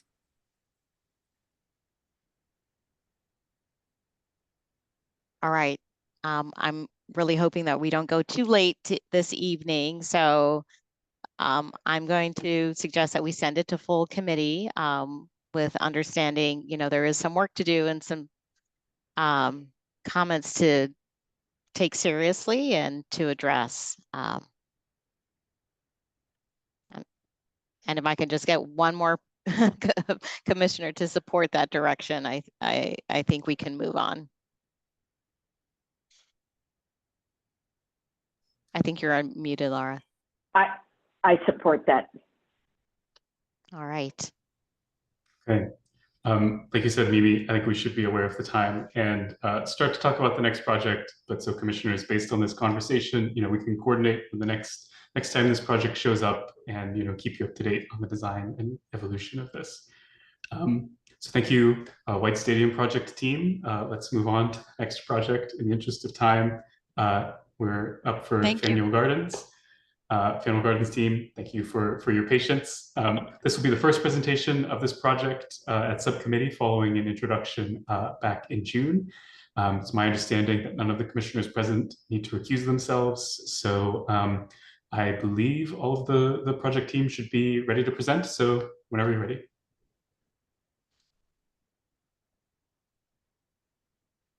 Good evening, commissioners. Thank you so much for your time. My name is David Vallecillos, and I'm the Senior Development Manager with Community Builders, working with the Boston Housing Authority on this project. Our lead master planner is MVRDV in collaboration with JGE, or Jonathan General Enterprises. Our landscape architect is Copley Wolf, and our site civil and traffic engineer is Langen. So a quick overview of what we're trying to do here. Of course, the redevelopment of a public housing state-funded site going from 258 apartments to 441. On zoning, we want to do 121A approval. It's going to be a 5 phases, and we're looking for Article 80B approval for phase 1 only. Usable open space is about 50% of the site, or 3.75 acres, and phase 1 is 109 units, 142,000 gross square footage. All of the units will be income restricted at different levels, going up to 120% AMI. So in terms of timeline, we're hoping to start seeking financing for phase 1 this fall with the city. So we met with all of you, or with some of you, 2 weeks ago, and we heard a lot. And a lot of the questions were about how we got here, and the in terms of the massing and the site layout and the connections. But there were also some very specific questions about landscape, more specific about the courtyards and the heart of the site, and what the landscape looked like on the parking areas. So what we're going to try to do today is walk you through kind of like our story or our journey, how we got here, and how many constraints and goals we have from the beginning by different stakeholders, and especially the community as well. So steering away from a top-down planning approach, our team aimed to prioritize the existing residents' needs, desires, and lifestyles while addressing physical constraints in planning for financial feasibility, since of course we know this is 100% income restricted redevelopment. So kind of balancing the physical needs and programmatic needs with the social lifestyles of the community that is currently living in Faneuil Garden. So the presentation kind of follows this process of really co-designing with the community. So starting with the physical and social goals and ambitions, how do we learn about the community and the site, how we prototype with the community and evaluate our concepts to get to where we are today, and how we optimize our current design to where you are seeing it today. So a long process of about 2 years that we have been working with the Boston Housing Authority and the residents. But when we were selected as an RFP, the goals were to design for between 400 and 500 units. We need to do provide one-to-one replacement units. So there are currently 258 units, but they're very large in size. So there are 2s, 3s, and 5 bedrooms. We need to maintain the number of existing parking spots on site. So there's 132 parking spots currently. And of course, provide high quality open space. We want to create a central community space and preserve the trees, as you all know. But socially, we also, of course, we want to maximize one move so that we avoid temporary relocation of a lot of the families that are living currently on site. And then, of course, the BHA, we wanted to really engage with the community. From there, of course, to our development team that is going to be presenting today, we put a lot of constraints because we want to make sure that this is financially feasible. So we were looking to standardize width across all buildings, not going higher than 70 feet. All buildings at least has to be 70 units or no more than 115 so that we can make it financially feasible. Use surface parking lot, not underground, because that's too expensive. And of course, avoiding existing major site infrastructure on site. We, of course, socially, the site is disconnected, so we want to make sure that we can connect Faneuil Gardens to Brighton, co-design with the residents. And for the goal of maximizing what moves, every floor plate of the new buildings cannot touch more than 2 existing buildings. So that was kind of one rule, because otherwise it would be too many families to do temporary relocation in one phase. So a little bit on the physical. So we put all those goals and ambitions at the beginning. So you're kind of learning kind of like all the constraints from kind of like, let's say, month 1. And now looking at Faneuil Gardens, of course, is next to Boston Landing, right next to McKinney Park, close to the Charles River. So it's really conveniently located. The commuter rail station, it's right here as well. When we zoom in, we start seeing that there is a clear kind of like divide between the north side, North Beacon, and Faneuil Street, where we have more commercial and higher density on this north side, and then more residential, kind of like your triple deckers and duplexes of Brighton here. So we're in like a place in transition with, of course, McKinney Park right next door. This is like kind of like this bird's eye view where you can start seeing that. Of course, Faneuil Gardens is a public housing site, and the legacy of that architecture is something to consider from a social justice perspective. Faneuil Gardens was built in 1948 to house white veterans returning home from World War II. So a little bit here, you can see the morphology of the buildings with larger plots on Boston Landing, and of course the smaller residential area with McKinney Park, some convenience stores next to Market Street. Some of the areas of interest, like I mentioned, the park, Market Street, the highway bridge that goes underneath and then goes out to the park. Some people were asking about upcoming developments in the area. Of course, Boston Landing in that area has a lot of new developments. There's like a 5-story building coming up, or that was approved on Faneuil Street. but this is as of I think 3 years ago, this map, give or take. We also look at land uses. So here's yellow is residential, and then more mixed use and commercial on the north side. Morphology, so we're kind of like that place in transition, like I mentioned. The park is very interesting because this is open spaces. McKinney represents kind of like the largest open space close by. But interestingly enough, the main entrance is right next to Faneuil Gardens. So we can see that there's we anticipate that there's a lot of momentum in a place for interaction between Faneuil Gardens and the community as people go to the park. The other, there's a tiny little entrance on the south side, but the main entrance is from the north side. So in terms of site connectivity, we were thinking, of course, the connection to Charles River from Market Street, the connection to residential area to Boston Landing, and then the connection to McKinney Park. That it should feel kind of like the backyard or the front lawn of Faneuil Gardens. In terms of the site, there's 10 buildings, really very, very little capital improvement, so very hard to preserve. 6 parking areas that cut the street, and no really clear connection to McKinney Park. In terms of open space, there is this central area that the community called the Central Patio.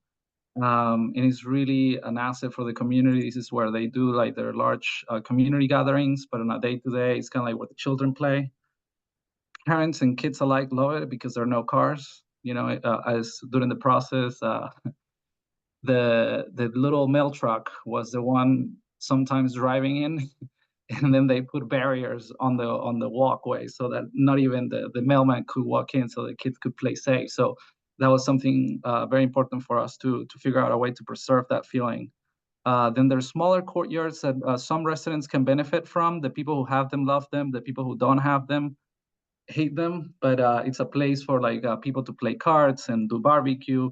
But it's only reserved for some households. But it's great. It's gardening. It's a place for barbecuing. It's very dynamic, and it's a very vibrant community. There's an easement running east-west that really has a big impact on our massing and our site layout. We cannot add any ground on it, and it kind of forces us to meet the existing grade or meeting the grade throughout the length of that easement. There is a significant topographic change. There's about 25, and our landscape architect is going to talk a little bit more, but about a 20 feet drop between this corner and this corner, about 15 feet drop from this corner to this corner. So it kind of there's a little bit of a valley through that easement.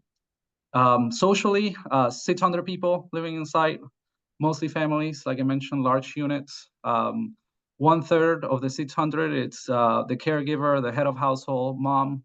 1/3 is children under the age of 12, and 15% are seniors. So it was a task for us to really make sure that we're designing for the community, and the community feels represented in the design, and their needs are being met through design. So how we work with them. We met monthly with the tenant task force right here. They were our check and balances as we were making progress in our design. We did our typical, of course, community-wide events with what they like and they didn't dislike, and what I wanted to see in the future. But we actually did focus groups with this, with the head of household, with the seniors, kind of what they like to do on a weekday, on a weekend, how they use the amenities in the neighborhood. They actually love the location. David, I just want to let you know you've been going for about 10 minutes, which is about how long we usually let the presentations go. So please start to wrap up. All right, being mindful of time. So we met with the kids. We learned what they like to do outside. So what we learned, kind of what I mentioned, site connectivity and all the constraints that I mentioned before.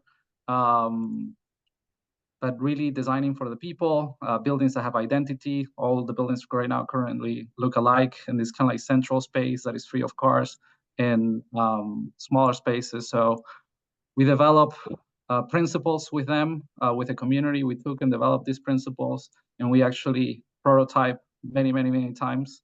We evaluate those frameworks through quality of life for sun and in open spaces, shadow, not touching the 2 buildings, connectivity. And then we took 3D models to the community, and then they gave their opinion. So with that, we're going to pitch what you saw 2 weeks ago. So Franks. Thank you. Yeah, good evening, everybody. So As we said, yeah, we've been there a lot. We talked a lot, and we really wanted to create a heart for Brighton. Next slide, please. And I can name all these adjectives, but in the end, it comes all now down to creating a great neighborhood for all the people that live there. Next slide, please. And one of the things that came back, and of course, what David also said, the first thing when we were talking to them was parking. We need to preserve the parking that's there. 50% of the community that lives there takes public transport, goes to their job by taking a bus, but also there are a lot, 132 parking places that are in use and that we needed to keep and, if possible, extend. Of course, we looked at putting these on the ground, but looking at the type of program like that we have here, the amount of money that we have, it was just not a feasible solution, and because we wanted to make sure that we have as much of the money inside the quality of the materials, the open spaces. Next slide, please. What we of course try to create is this very strong connection to one of the big neighborhood assets, the McKinney Park, a nice big opening to it. The connection towards Boston Landing, where of course you have the commuter rail that's there, but also the connection from Market Street towards the river. And then creating, of course, in the middle, with this, creating, of course, this new connection and this space that is not only a space for the people that live there, but it's actually a nice open space also for the people that live in the Brighton neighborhood. With the open space that we create, the big connection towards the Boston Landing and Faneuil Street between North Beacon and the four courtyards that we create there, we really try to create open spaces for the people that are different in character, but also bring everything together. The houses have different heights. We saw that on Boston Landing that we can of course have more height and more massing. So also our massing goes is higher on the side of Boston Landing and drops down towards the houses in the Brighton neighborhood. To also work on the scale of the neighborhood, we actually shifted and broke the blocks. So instead of having 5 blocks, we broke it up in 13 different blocks that we actually shift a little bit. So we go from the existing situation towards this new optimized layout where we have this boulevard that connects everything, the connection to McKinney Park. Next slide. We contextualize it by having the different heights, higher on the North Beacon, lower on Faneuil Street, breaking the block so that it's not 5 but 17 buildings. Next slide. And then also making sure, looking at facade, looking at connections. So one of the things that we really want to do is make sure that also all the blocks have true connections where the lobbies are connected on both sides of the blocks, so that you also have eyes on the street, eyes on the courtyard. For the facades, and we looked at active ground activation, so having on the ground houses that are directly connected towards the street, but also having on this boulevard that we create work-live apartments, have maybe opportunity for small retail, have opportunities for artists that are there. Next slide. And of course, because it's a master plan and we did the master planning and now the architects are going to work on it, we created the design guideline. It's a booklet of around 180 pages describing the whole concept of how we get to the concept of the park, but also what we think, how the blocks should look, what kind of materials we should like. And we have some of the ideas here. So here you see the ground floor with the houses where we say where you should have direct connection, the community center that is of course one of the, it's not only the heart of the neighborhood, but it's also of course plays this really important role. It has this connection to McKinney Park, it has this connection to the heart of what we call the heart of the development, where in the summer there will be the barbecues, where there will be the parties, and then along this boulevard you have the amenity spaces, maybe a small convenience store on the that could be there, where you can at the top at North Beacon, where you can pick up your milk if you forgot that for the pancakes in the evening. Next slide, please. Now we created, of course, some images how it could look in the after the 5 phases that we developed. So this is with our back, we're now to the bridge and the Charles River, looking looking east on North Beacon. Next slide, please. This is on the other side of the development on the Faneuil Street, where you see that the blocks are lower and very important. The green opening that's there, the opening that's directly connecting to McKinney Park, and where also, and that was one of the things that came back every time that we were there, that they wanted to have a safe connection to McKinney Park. So there's also something that we really took in part and tried to have it. Now, and then this is the boulevard that connects from, of course, this is North Beacon looking towards the McKinney Park. Next slide. And then we go now to Jen for the landscape. You are muted, Jen. Sorry about that. I'm Jen Martell, Copley Wolf. I'm a landscape architect. Thanks, Franz. So as David mentioned, the primary open space in the landscape today is this, big central patio space. And what residents really like about it is the fact that it's a car-free, safe space, great for large gatherings, very flexible, and really easily accessible from anywhere on the site.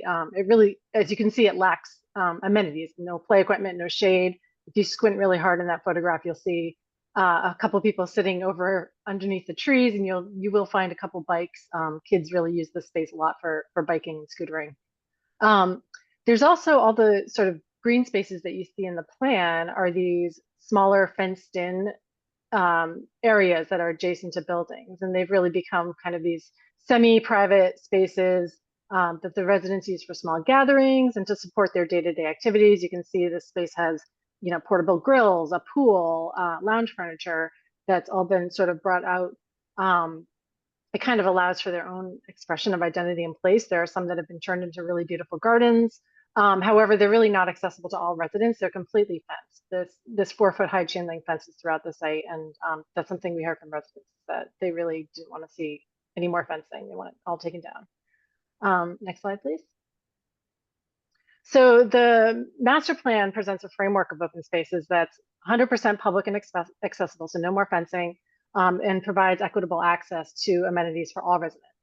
And that's also open and welcoming to the whole Brighton community. So it provides an expansion of the open space in the neighborhood, which connects directly to McKinney Park. So you can almost think of it as like an expansion of that open space. And it's also really well activated along the boulevard by these ground floor amenities. Next slide, please. In terms of connectivity and circulation, the framework improves connectivity to the site and also through the site. So the primary north-south boulevard provides a through connection from McKinney Park to North Beacon Street, welcoming folks with these gateway plazas at each end and bringing them into the heart of the site.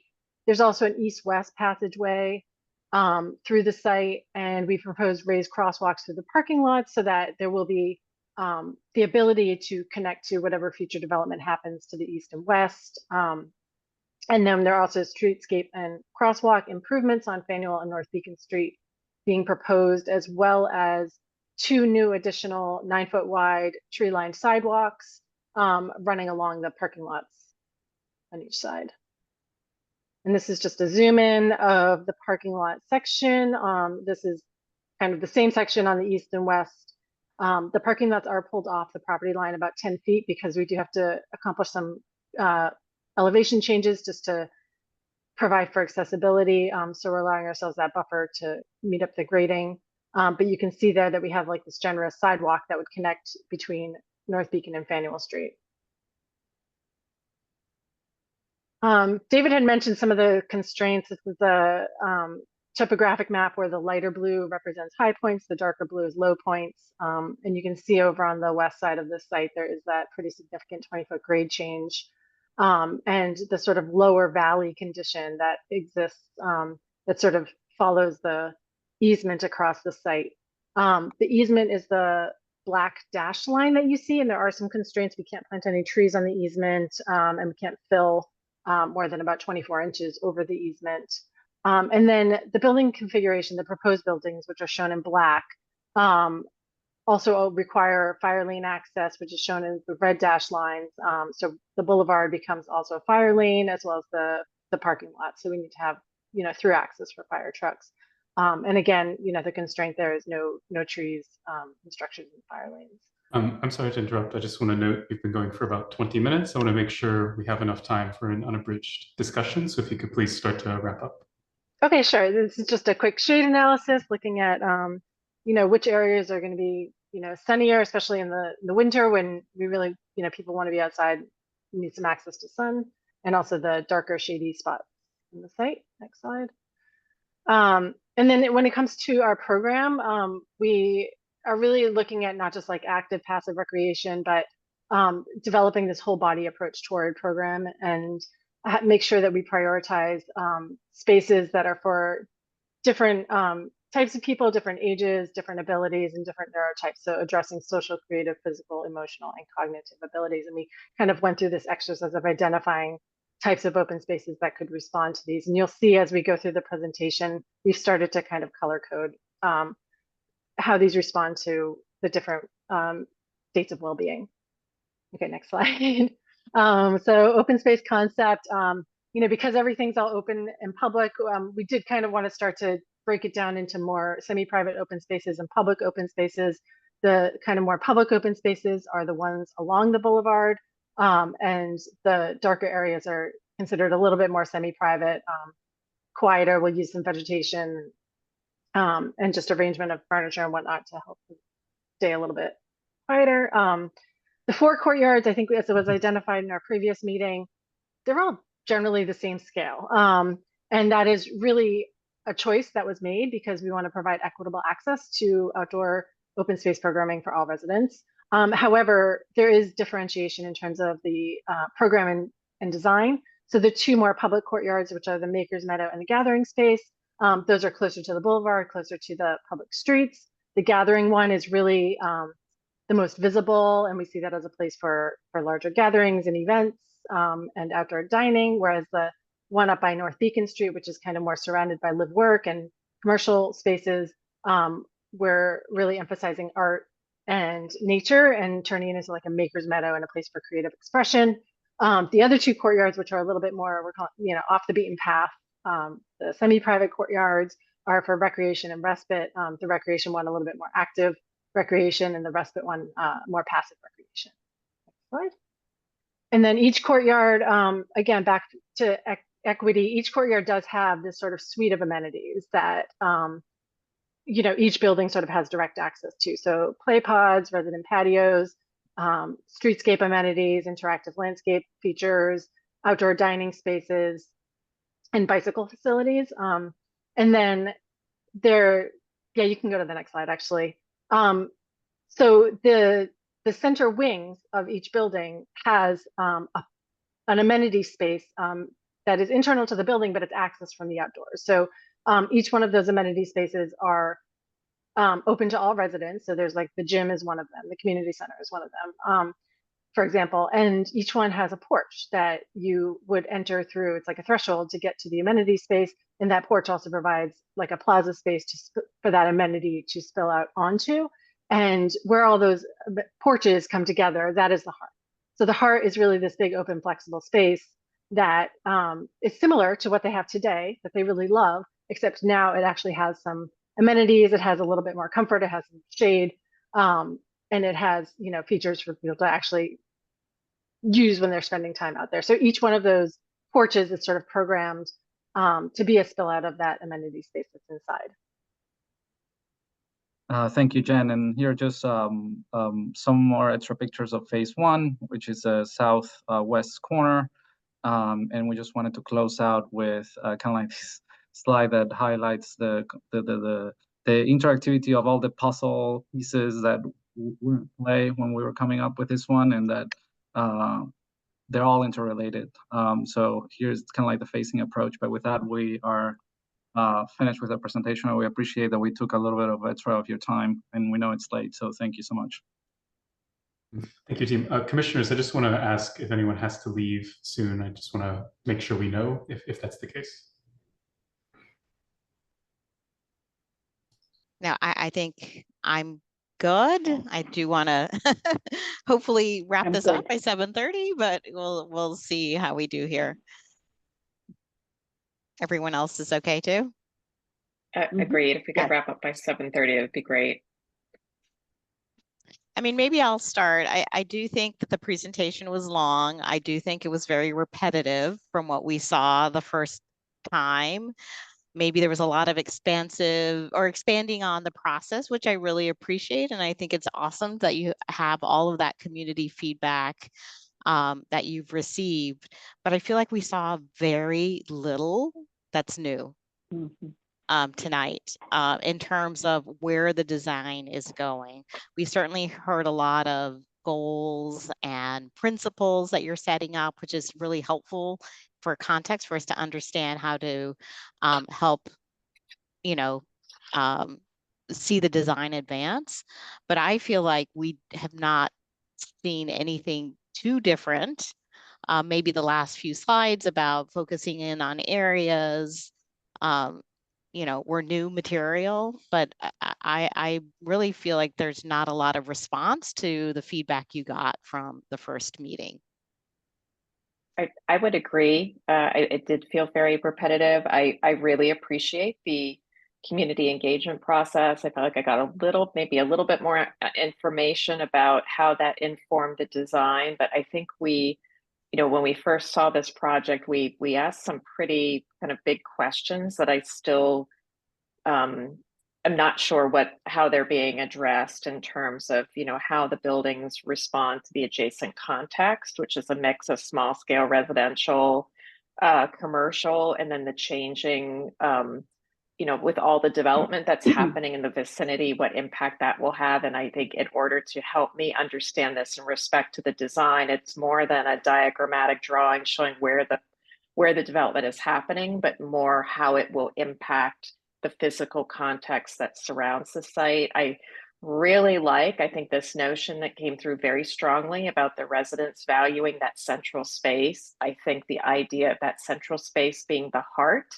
of the development, both as it exists now and in the future, is a really key idea. But when I see the proposed design, it doesn't read to me like a heart. There still isn't a real hierarchy between the different spaces. They all look sort of the same. Also, you mentioned that the residents are frustrated because all the buildings look alike as they are now. Yes, the buildings are different. The proposed buildings are different sizes. They're different colors.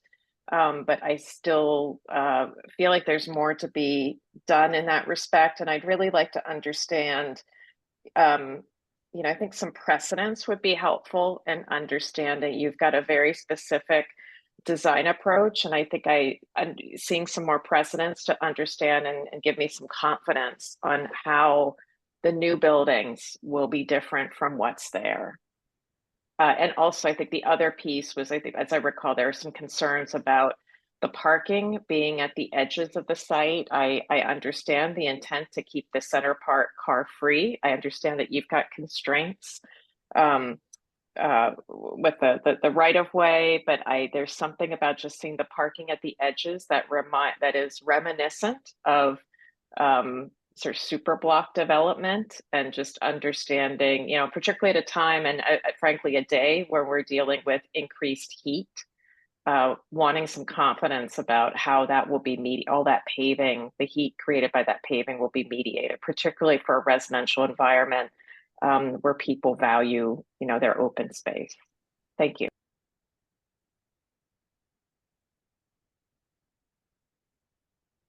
So I would say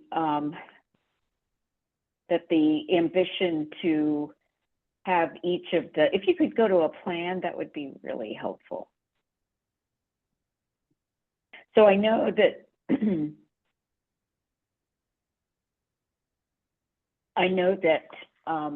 you talked about each of the interior spaces having different uses, but I think that there's a similarity about them that is a little overwrought. So all of them have the same diagram, which is something at the center and then paths going on the outside. And I don't know that the assigned uses are necessarily compatible with the same diagram in every location. So I think that the arrangement of the building has kind of hemmed you in that sense, and that the spaces are all about the same size. One thing I'll say about the heart, I think that's just such a great idea, and communities like this, you know, really need that. I mean, we all need that, right? But it's already an established, beloved space for the existing residents. And I don't know that having the kind of the noses of all the buildings kind of pointing inward is really allowing that to happen in a way that would feel comfortable. One thing that occurs to me is that the community center might be an opportunity for the architecture to really be different, and therefore set off how the interior of that space feels. I don't know if it's, you know, you have an angle where the you have an angle on the more public side on the Faneuil side, but I wonder if that community center couldn't be a little more helpful on the interior in terms of orientation or difference in architecture, but something that's very grounding, which is what community centers need to be. I appreciate trying to locate on those nosing things that are more active, you know, retail. I'd love to hear more about what could really be supported in there for the residents. But if you really look at it, I just can't resist drawing. So like that space and this space and this space are all about the same size, right? And then you go here, that's about the same size, and you go here. So I think that there needs to be better hierarchy in those outdoor spaces that will allow that through space that you're trying to do. I think that it could be improved by that, so that, you know, there really is a moment at the heart, at the center, where you feel like you've arrived someplace. And it's also a place that you could sort of look in all directions and become oriented. Right now, I think there's a sameness to the buildings and to certainly the spatial qualities of the landscape that make it a little tough. I understand what you're saying, Anne Marie, about the parking on the perimeter. I guess with this kind of project, I'm a little more sympathetic to the fact that the parking is not intruding on any of the interior, that it's being kept to the exterior. I think the thing that makes it a little tough is that there's sort of the sameness of the distance here and the distance here, so that you wouldn't know which side you were on. There's no way to orient yourself other than the color of the buildings. So I will try to address some of the comments, and just so that these are great comments. The community center, actually, so one thing is that we're starting with phase one. This is right here, and we're hoping, of course, to come back to you all for the rest of the phases. The actual design guidelines. I understand. Yeah, so the actual design guidelines we're hoping for is that this community centerpiece becomes like something special, just like what you're saying, you know, like how does that make it call, like it's like the jewel of the whole thing, that it's in front of the park and that everyone wants to come in. So in that one, we agree. It's kind of like this fine line of like, how much investment do we do, since we're just focusing right now on getting phase one ramped up, and hopefully for phase two, eventually, like, of course, we'll like come up with that very special design. But yeah, I agree. The hierarchy makes sense. The parking is very tough. We with the requirement of maintaining the current number of parkings that we have. And it's kind of like, where do we put the dollar amount? Like, do we put the dollars on building underground on a contaminated site? And what does that do to the feasibility of the project, since we have to do demo and remediation and all that kind of stuff, that it literally like it just makes the project unfeasible. So then it's kind of like, when we learn from the community that they didn't want to interact with the cars because of how much they value the open space, it became kind of like obvious after multiple testing that like this is most likely where we have to put it. And we just added the number of parking spaces just because of the layout, but we were not looking too much into adding parking or anything, but more kind of like meeting the needs of what we were told to do that. But I do Yeah, think though and there's go ahead, Laura. you go, Mimi. I've already said No, a I few was just things gonna about it. say You go. that you know, maybe I heard you say that there might be a little bit of extra parking, and so I just wonder if there's a landscape solution that makes even the perimeter of the diagram stay similar with parking along the edges. Mhm. Does it feel a little bit more room-like where you're separating it? Is it worth looking at maybe angled parking so you get a little bit more buffer of landscape on the building side? I do think that I would just love to then see an eye perspective, because we almost, when we see those perspectives, especially of building one, if I remembering them correctly, and it might be good to see them, we never see what's happening on the left hand side, because it is not a street. Can you have a rendering of the building one? And so I think it would just be helpful for us to see down that path and just to get a more, almost like a 1-point perspective, what's happening on your side versus the other side. I think where we're coming from is we just need to make sure that we're thinking about the broader context of both sides.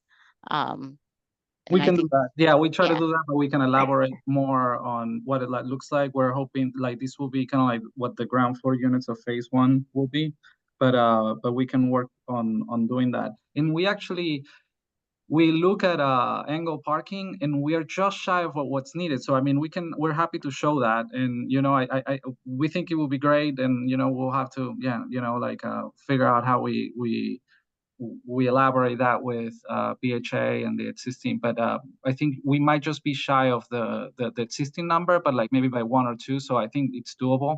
So I think that's a great comment that I think it will add a lot of, yeah. Or how Well, can you, it'll help. I'm sorry. It'll help. I'm sorry, just quickly. It'll help with the distance that you actually get there.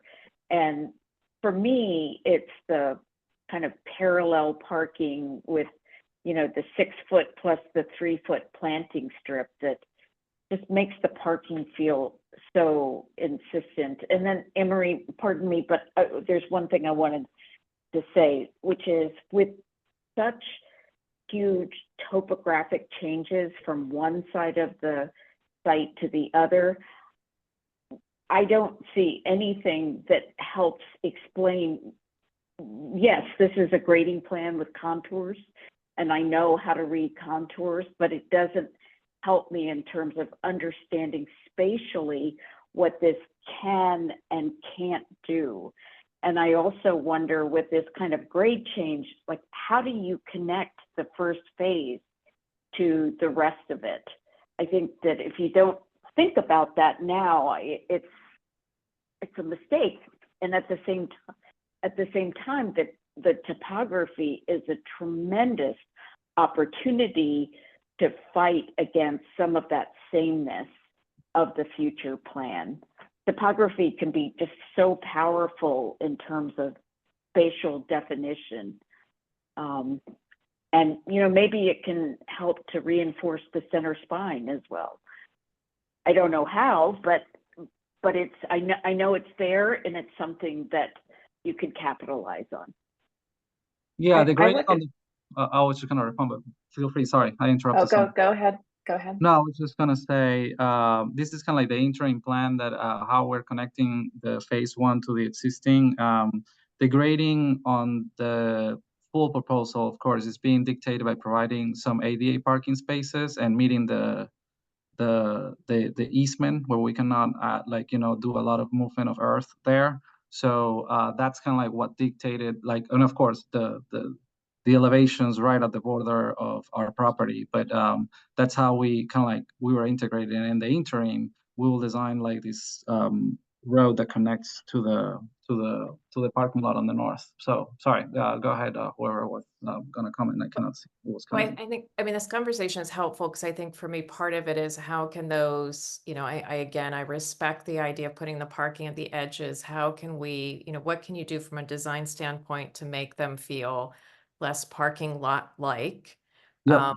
Again, what is the hierarchy, not only of the spaces themselves, but the pathways through the spaces? What would, why would I take one path, not another? There's also, I just can't help but think from a pragmatic standpoint, I've got bags of groceries, or I've got, a baby and a small child, and I've parked my car.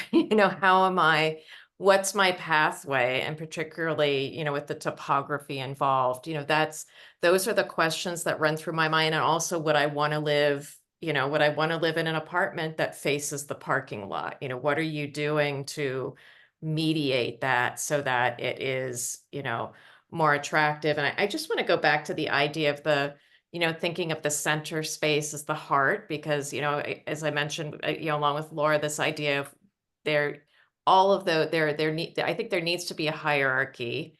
All of the spaces are very similar. I'm kind of curious what determines the height of the buildings. There are all sorts of ways that you could craft this to address, is there, the idea of sort of a walled garden? To what extent is it permeable versus sheltered? Why are there openings on one side and not the other? And I understand the pathway across the site to the park, but I'm still wondering, I can't help but think about Tent City in the South End, sort of, are the buildings taller, on the one street, North Beacon Street versus Faneuil Street? What are the cues? How does the architecture respond in a way that and I'm sorry, it just seems a little, when I look at it, it seems a little arbitrary. I'm just not seeing the clarity. You've got some very clear goals that you've set up for yourself, but I'm not seeing the response in the architecture and the site design. So we are going higher on the north side, which is North Beacon. Go ahead, Franz. Yeah, so we have a clear distinction between North Beacon and Faneuil Street. So the buildings on North Beacon are higher, and also then the corner building actually on the bridge side is even a bit higher. We are of course constrained that we need to stay under the 70 feet.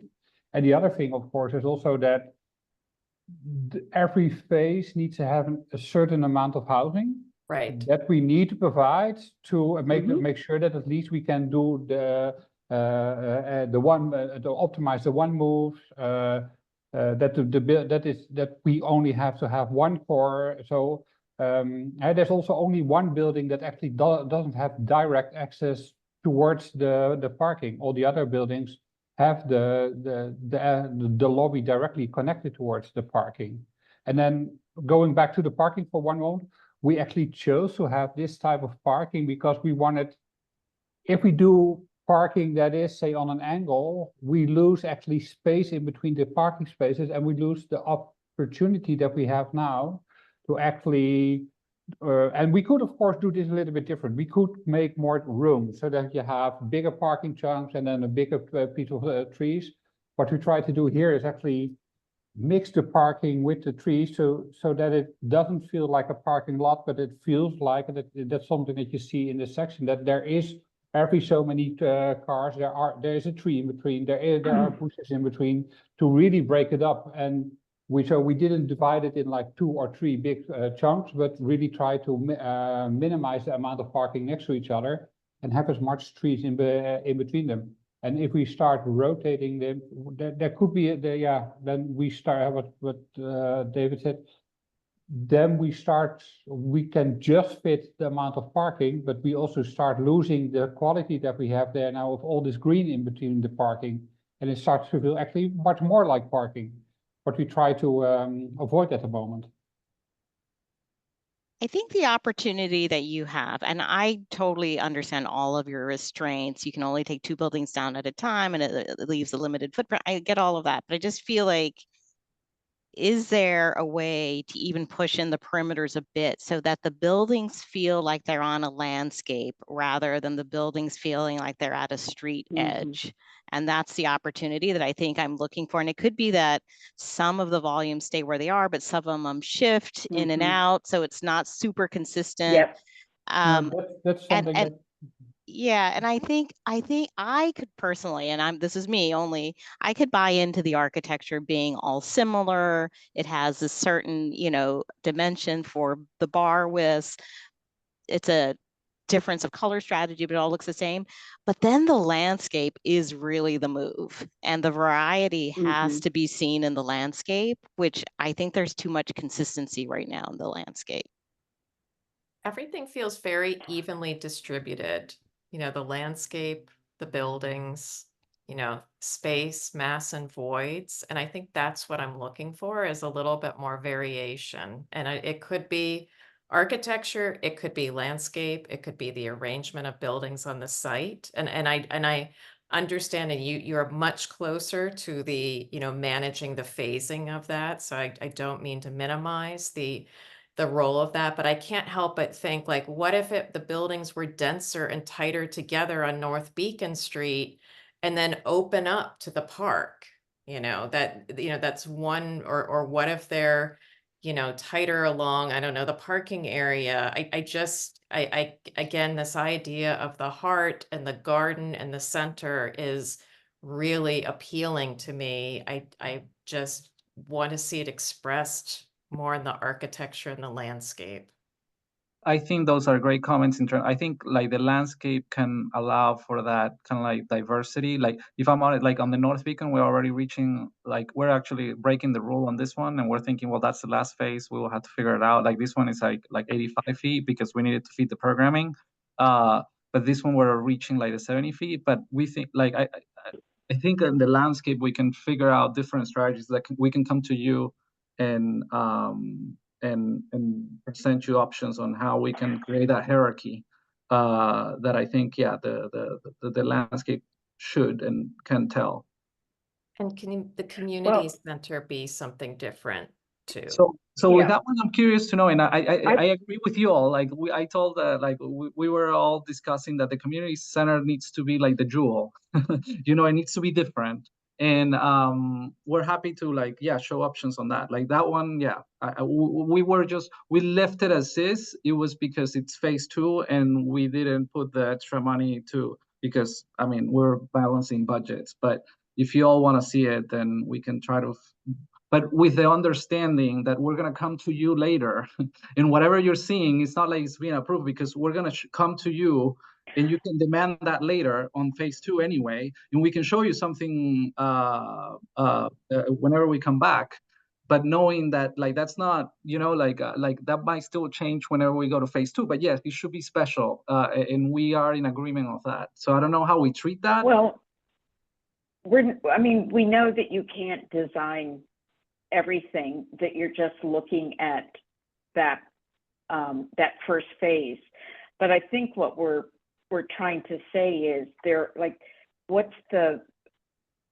this space, there's nothing particularly special about going between having this very wide area. And I'd rather, you chop off this. I'm not an architect. No, probably very obvious at this point, but to do some trade-offs where this space gets to be different.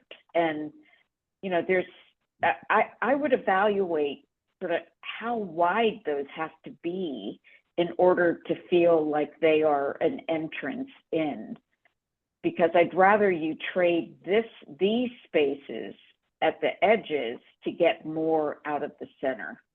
I agree on the North Beacon side. That is a side there are possibilities there to look. I think actually on the side of McKinney Park, that is a very important connection. I think also from the community, but also from the bigger Brighton towards the Faneuil Garden. I also heard your comment about thinking about maybe shifting some of the blocks, that we could have a different hierarchy also on the parking side. That is something that we heard, and and also on the hierarchy of the blocks. But that we can see how, and I mean, yeah, we would love to design a community center that is a jewel. Give us a budget, or it would be worth. Yeah, but it would be worth giving up some of this landscape if you could improve sort of that. Yes. Because you're not getting much benefit of those all being the same size anyway. Well, I know every corner costs money in architecture. I do know that. But those corners already exist, they're just not enough is I think what's happening. Yeah, no, and I mean, we're learning of trade-offs, and like one thing also too is kind of like, and I'm just going through, like, for example, like, and these are not all the trees, but like, I mean, some of those decisions on where we put the blocks were like the two buildings, and also like where we put the trees and stuff like that. So, we hear you. I'm just gonna triple underline the topography, because I think if you don't look at that now, you're going to be in trouble. What I'm worried about is what's the grade here versus the grade there versus this grade. You have got so much topography, and every single view that you shows it as flat, and it's anything but that. No, I know. We have this, so like, I mean, the thing is that we submitted this, and there's a lot of materials, and as you know, like, but it like, doesn't help though. It We need doesn't a help site if I don't section. know. If I don't know, yeah, I'm sorry, zoom back a little bit. This doesn't tell me anything if I don't know the other relationships. Like, what's the grade over here? I We're think happy the to site provide. section would be very at least would help me understand it. And I also want to see how it relates to the adjoining context. We keep seeing this in isolation. So seeing some site sections that highlight the topography changes and how you are addressing them with the architecture and the landscape and meeting, and then also, the impact on the adjoining properties, relationship with the adjoining properties. We're happy to, yeah. Commissioners. I mean, just to step back, what you're doing, improves this site and the eventual experience of all of this, community. And that's what it is. It's a community, because you can see how much they've invested, right, in their own spaces. And so I think you are to be applauded at what you are trying to do. If we're just trying to, turn some of the dials so that you get the most mileage out of this, for the community as well. I'm sorry, Adam, go ahead. No, that was very important to wrap up with, Laura. I was just going to say, I think, a couple of these same key themes keep coming up. I do want to acknowledge the time and suggest we look at public comments before maybe we make some suggestions about some specific things to look at for the next meeting. Sounds good. So if there are any members of the public who'd like to speak on the subject of the meeting, you're welcome to raise your hand using the raise hand button in the reactions tab, and we'll call on you. If you're calling in by phone, you can press the number 9 to raise your hand, and then you can press 6 to mute or unmute yourself. I am not seeing any hands raised though. So commissioners, I know there are a couple of these common themes about hierarchy, site edges, what's driving the buildings, topography. maybe help. There's a lot of content to think about here. What are some phases for the next few meetings? Are there specific things you'd like to look at in a specific order? I mean, I would like to suggest that the strategy in terms of having a heart in the center and the various volumes, not the exact, configuration. I don't think we want to be that prescriptive. I think we're all on board with. I think it's really the specifics that we need to start to understand. And I think if we could really focus on landscape in great detail, because I think this is the star of this project. The buildings will too eventually. I think it will be really helpful to focus in on the landscape and really, but I mean, really look at, for instance, the heart. I keep hearing, porches. I'm like, what are these porches? Are they like architectural porches? Are they like surface porches? Like, is it just a material change? And so it's that level of detail that we need to understand. But just to, support Laura's, I think right advice is really for us to understand the topography across the site and how the landscape is dealing with that is where I think you should really focus on. I think it was great to hear all the background today. But a real working session, I think, is what I think is needed here. Especially since you're going to, you want to save trees. And the only way to understand that is to look at the topography. So I'm sorry to be a broken record, but it's going to make or break a lot of aspects of this project. Well, maybe I'm not that sorry to be a broken record, maybe. No, we have a lot of that information, and we will work it out, and we understand that like the landscape, we can talk a lot more about the hierarchy. So these are great comments and we really appreciate them. I mean, it's so terrific. You got half of the land as landscape. It's, that's pretty admirable. Compliment to the architect. We did our best.